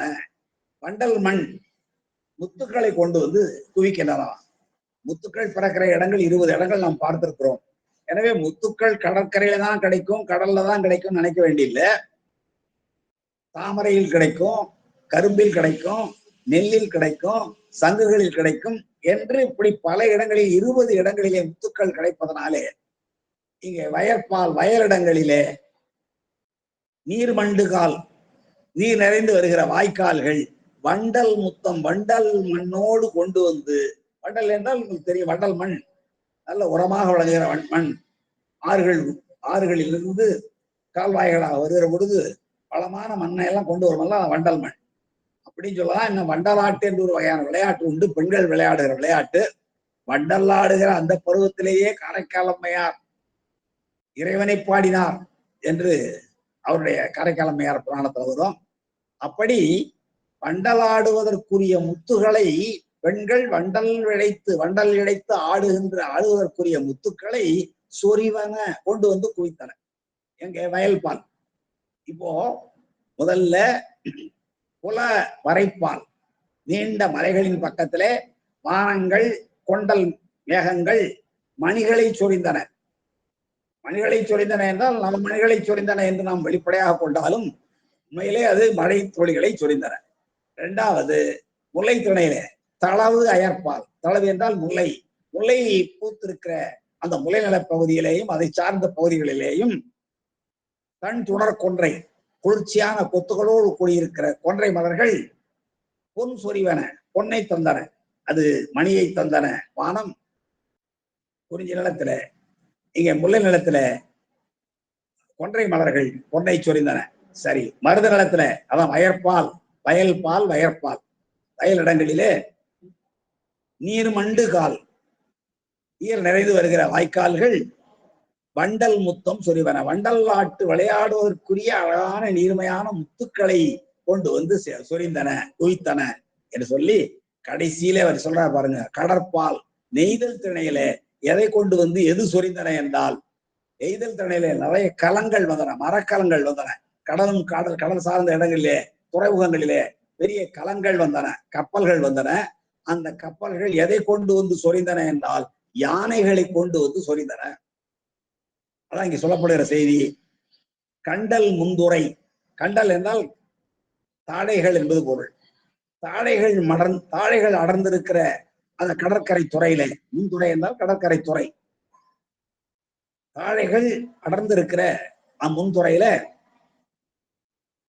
முன்துறையுடைய கடற்பகுதியில கரி சொரிவன களம் கரி சொரிவன வந்து இந்த கடற்கரையில வந்து சேர்கிற கலங்கள், கப்பல்கள், மரக்கலங்கள் கரி சொரிவன என்றால் யானைகளை கொண்டு வந்து குவிக்கின்றன. ஆக வானத்திலிருந்து பொழிகின்ற கொண்டல் மணி சொரிகின்றன, அது குறிஞ்சி திணையில. முல்லை திணையில கொன்றை மலர்கள் பொன்னை சொரிகின்றன. வயல் பகுதியில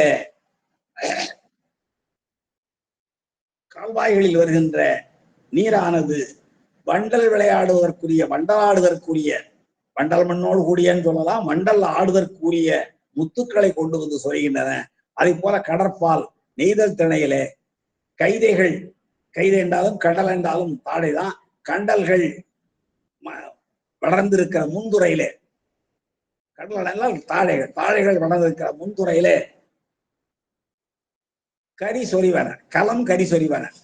கடற்கரையில வந்து அந்த காலத்துல பாருங்க, நம்முடைய தமிழ்நாட்டுல எவ்வளவு துறைமுகங்கள் இருந்திருக்க வேண்டும். கப்பல்கள் வந்து நிற்கிற அளவுக்கு மிக பெரும் துறைமுகங்கள் இருந்திருக்கின்றன. கப்பல்கள் என்றால் சிறு கப்பல்கள் இல்லை, யானையை சுமந்து வருகின்ற கப்பல்கள் எவ்வளவு பெரிதாக இருக்க வேண்டும். யானையை சுமந்து வருகின்ற கப்பல்கள் அந்த கடற்கரையில வந்து நிற்க, அந்த கலங்கள் மரக்கலங்கள் கரி சொறிவன. கரி என்றால் யானை என்பது பொருள். நன்றாக உங்களுக்கு தெரியும், கரத்தை உடையதனால் அதற்கு பேர் கரி என்று பெயரை தவிர கரி என்ற நிறம் இல்லை. கருமையான நிறத்தை உடையதனால் யானைக்கு கரி என்று பெயர் வரவில்லை. அது கரத்தை உடையது. விலங்குகளிலே பிற எல்லா விலங்குகளுக்கும் 4 கால்கள் மட்டும்தான் இருக்கும். ஆனால் யானைக்கு மட்டும் 4 கால்களோடு ஒரு கரமும் இருக்கிறது. அந்த கரத்தை உடைய காரணத்தினாலே யானைக்கு கரி என்று பெயர். சரிங்க.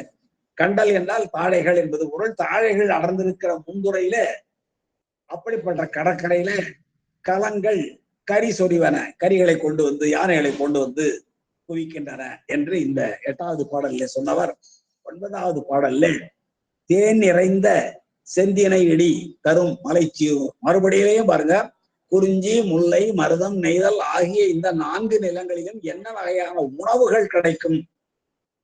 நீங்க பெரும்பான் ஆற்றுப்படை சிறுபான் ஆற்றுப்படை எல்லாம் படிச்சீங்கன்னா அந்த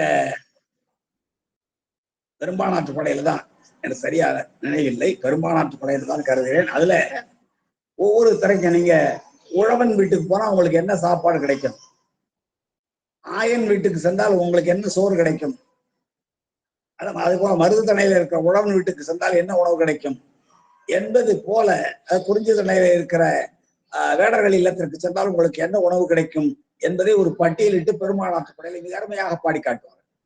இதெல்லாம் படிக்கிற பொழுது மிக எங்கோ கொண்டு செல்லலாம். இந்த உலக வாழ்க்கையினுடைய துன்பங்கள் முற்றிலுமாக மறந்து போகும். எப்படி திருமுறையை படிக்கிற பொழுது வேற எந்த சிந்தனையும் இல்லாமல் நாம் பெருமானுடைய திருவடி சிந்தனையிலேயே திளைத்திருக்கிறோமோ, அதை போல நம்முடைய பண்டைய இலக்கியங்களை, சங்க இலக்கியங்கள் ஆகிய 8 தொகையும் 10 பாட்டையும் படிக்கிற பொழுது அதிலேயும் ஏராளமான இறை கூறுபாடுகள் சொல்லப்பட்டிருக்கின்றன. ஏதோ சங்க இலக்கியங்கள் என்றால் மனிதனுடைய அக வாழ்க்கையும் புற வாழ்க்கையை மட்டும்தான் சொல்லிற்று என்று தவறாக கருதிவிடக்கூடாது.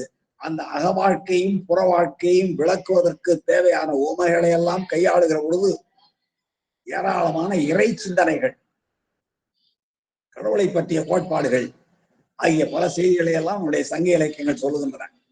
அப்படித்தான் இங்கே பாருங்க, 4 வகை. நான் சிறுபான் ஆற்றுப்படை பெரும்பான் ஆற்றுப்படை சொன்னேன். அங்க என்னென்ன வீட்டுக்கு போனா என்ன கிடைக்கும். ஒருவன் வீட்டுக்கு போனால் மீனோடு கூடிய கோழி உணவு கிடைக்குமா, ஒரு வீட்டுல பால் சோறும் புல்லரிசி சோறும் பாலியல் கலந்து கொடுப்பார்கள் என்று சொல்வார்.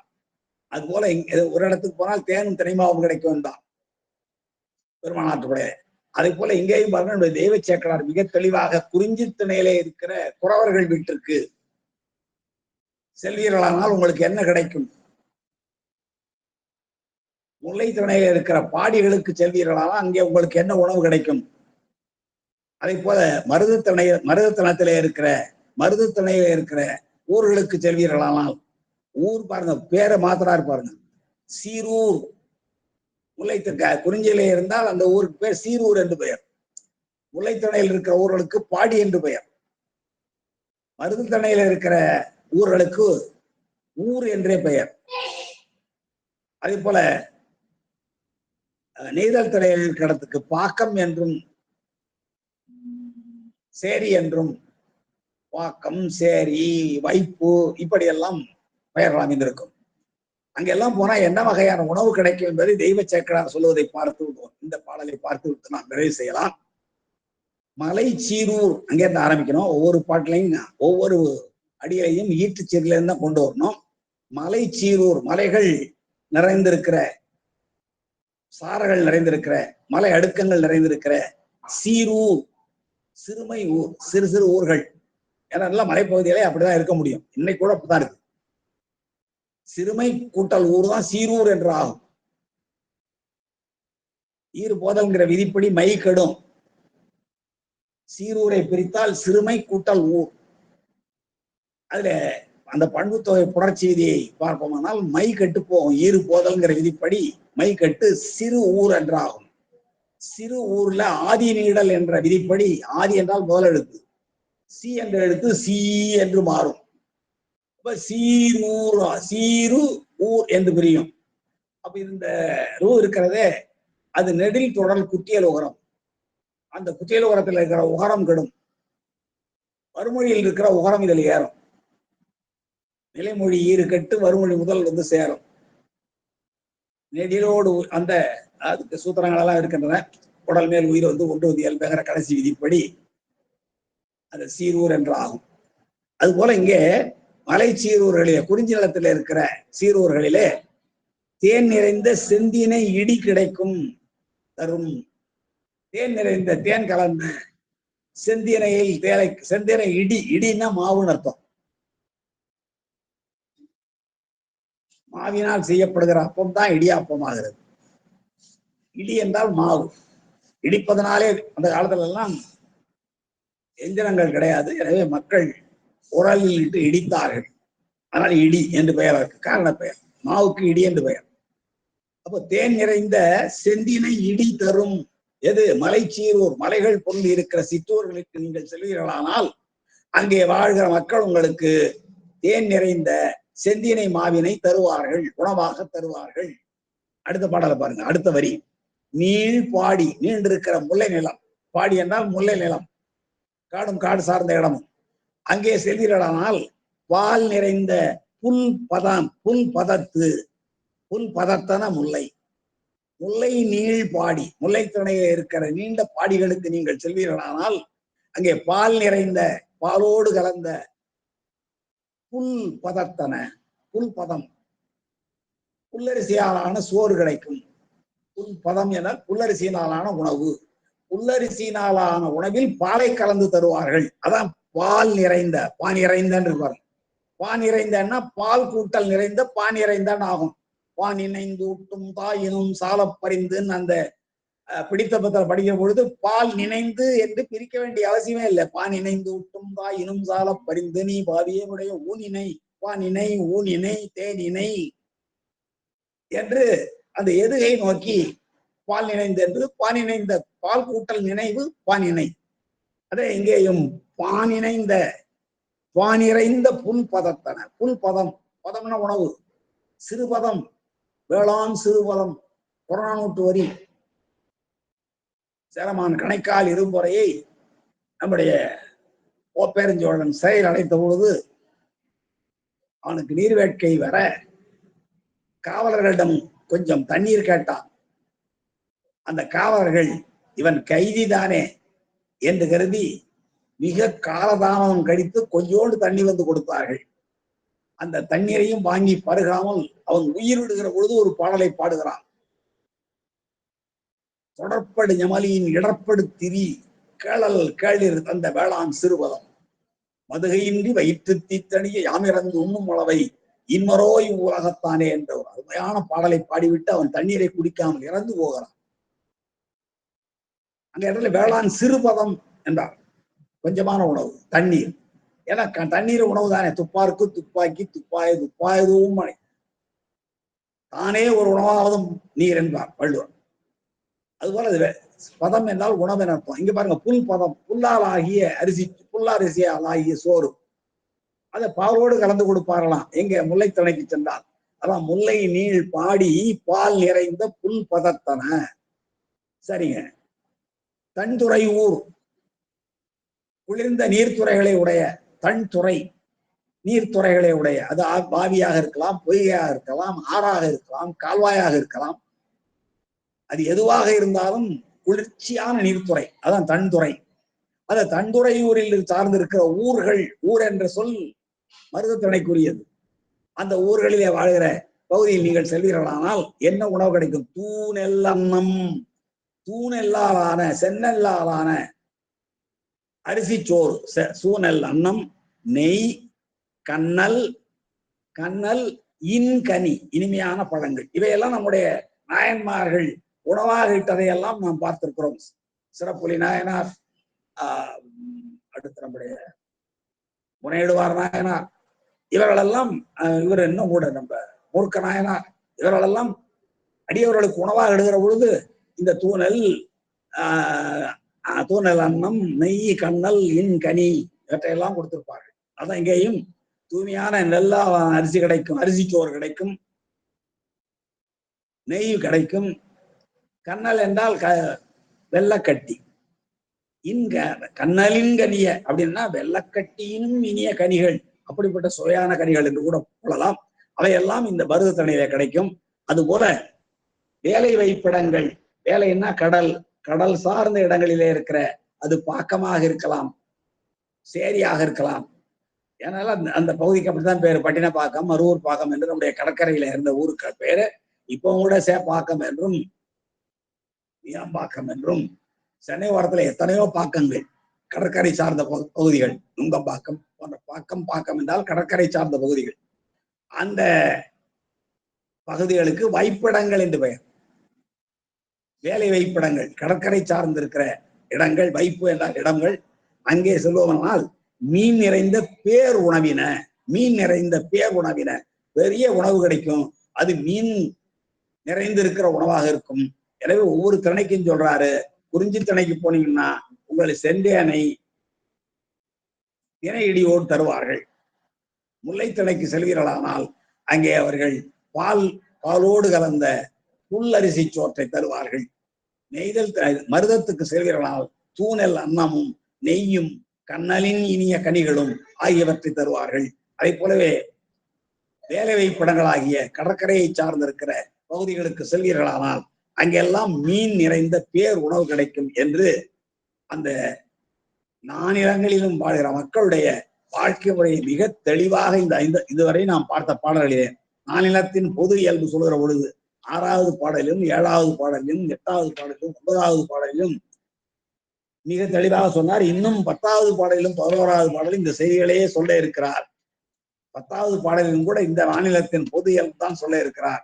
அவற்றை நாம் அடுத்த வகுப்பில் சிந்திக்கலாம் என்று சொல்லி இதுவரை இந்த உரையை கேட்டிருந்த சைவ தமிழ் சார்ந்தோர்கள் அனைவருக்கும் என்னுடைய பணிவார்ந்த நன்றியை, வணக்கத்தை, வாழ்த்தை தெரிவித்து வாய்ப்பளித்த பெரியோர்களுக்கும் கேட்டிருந்த சார்ந்தோர்களுக்கும் மீண்டும்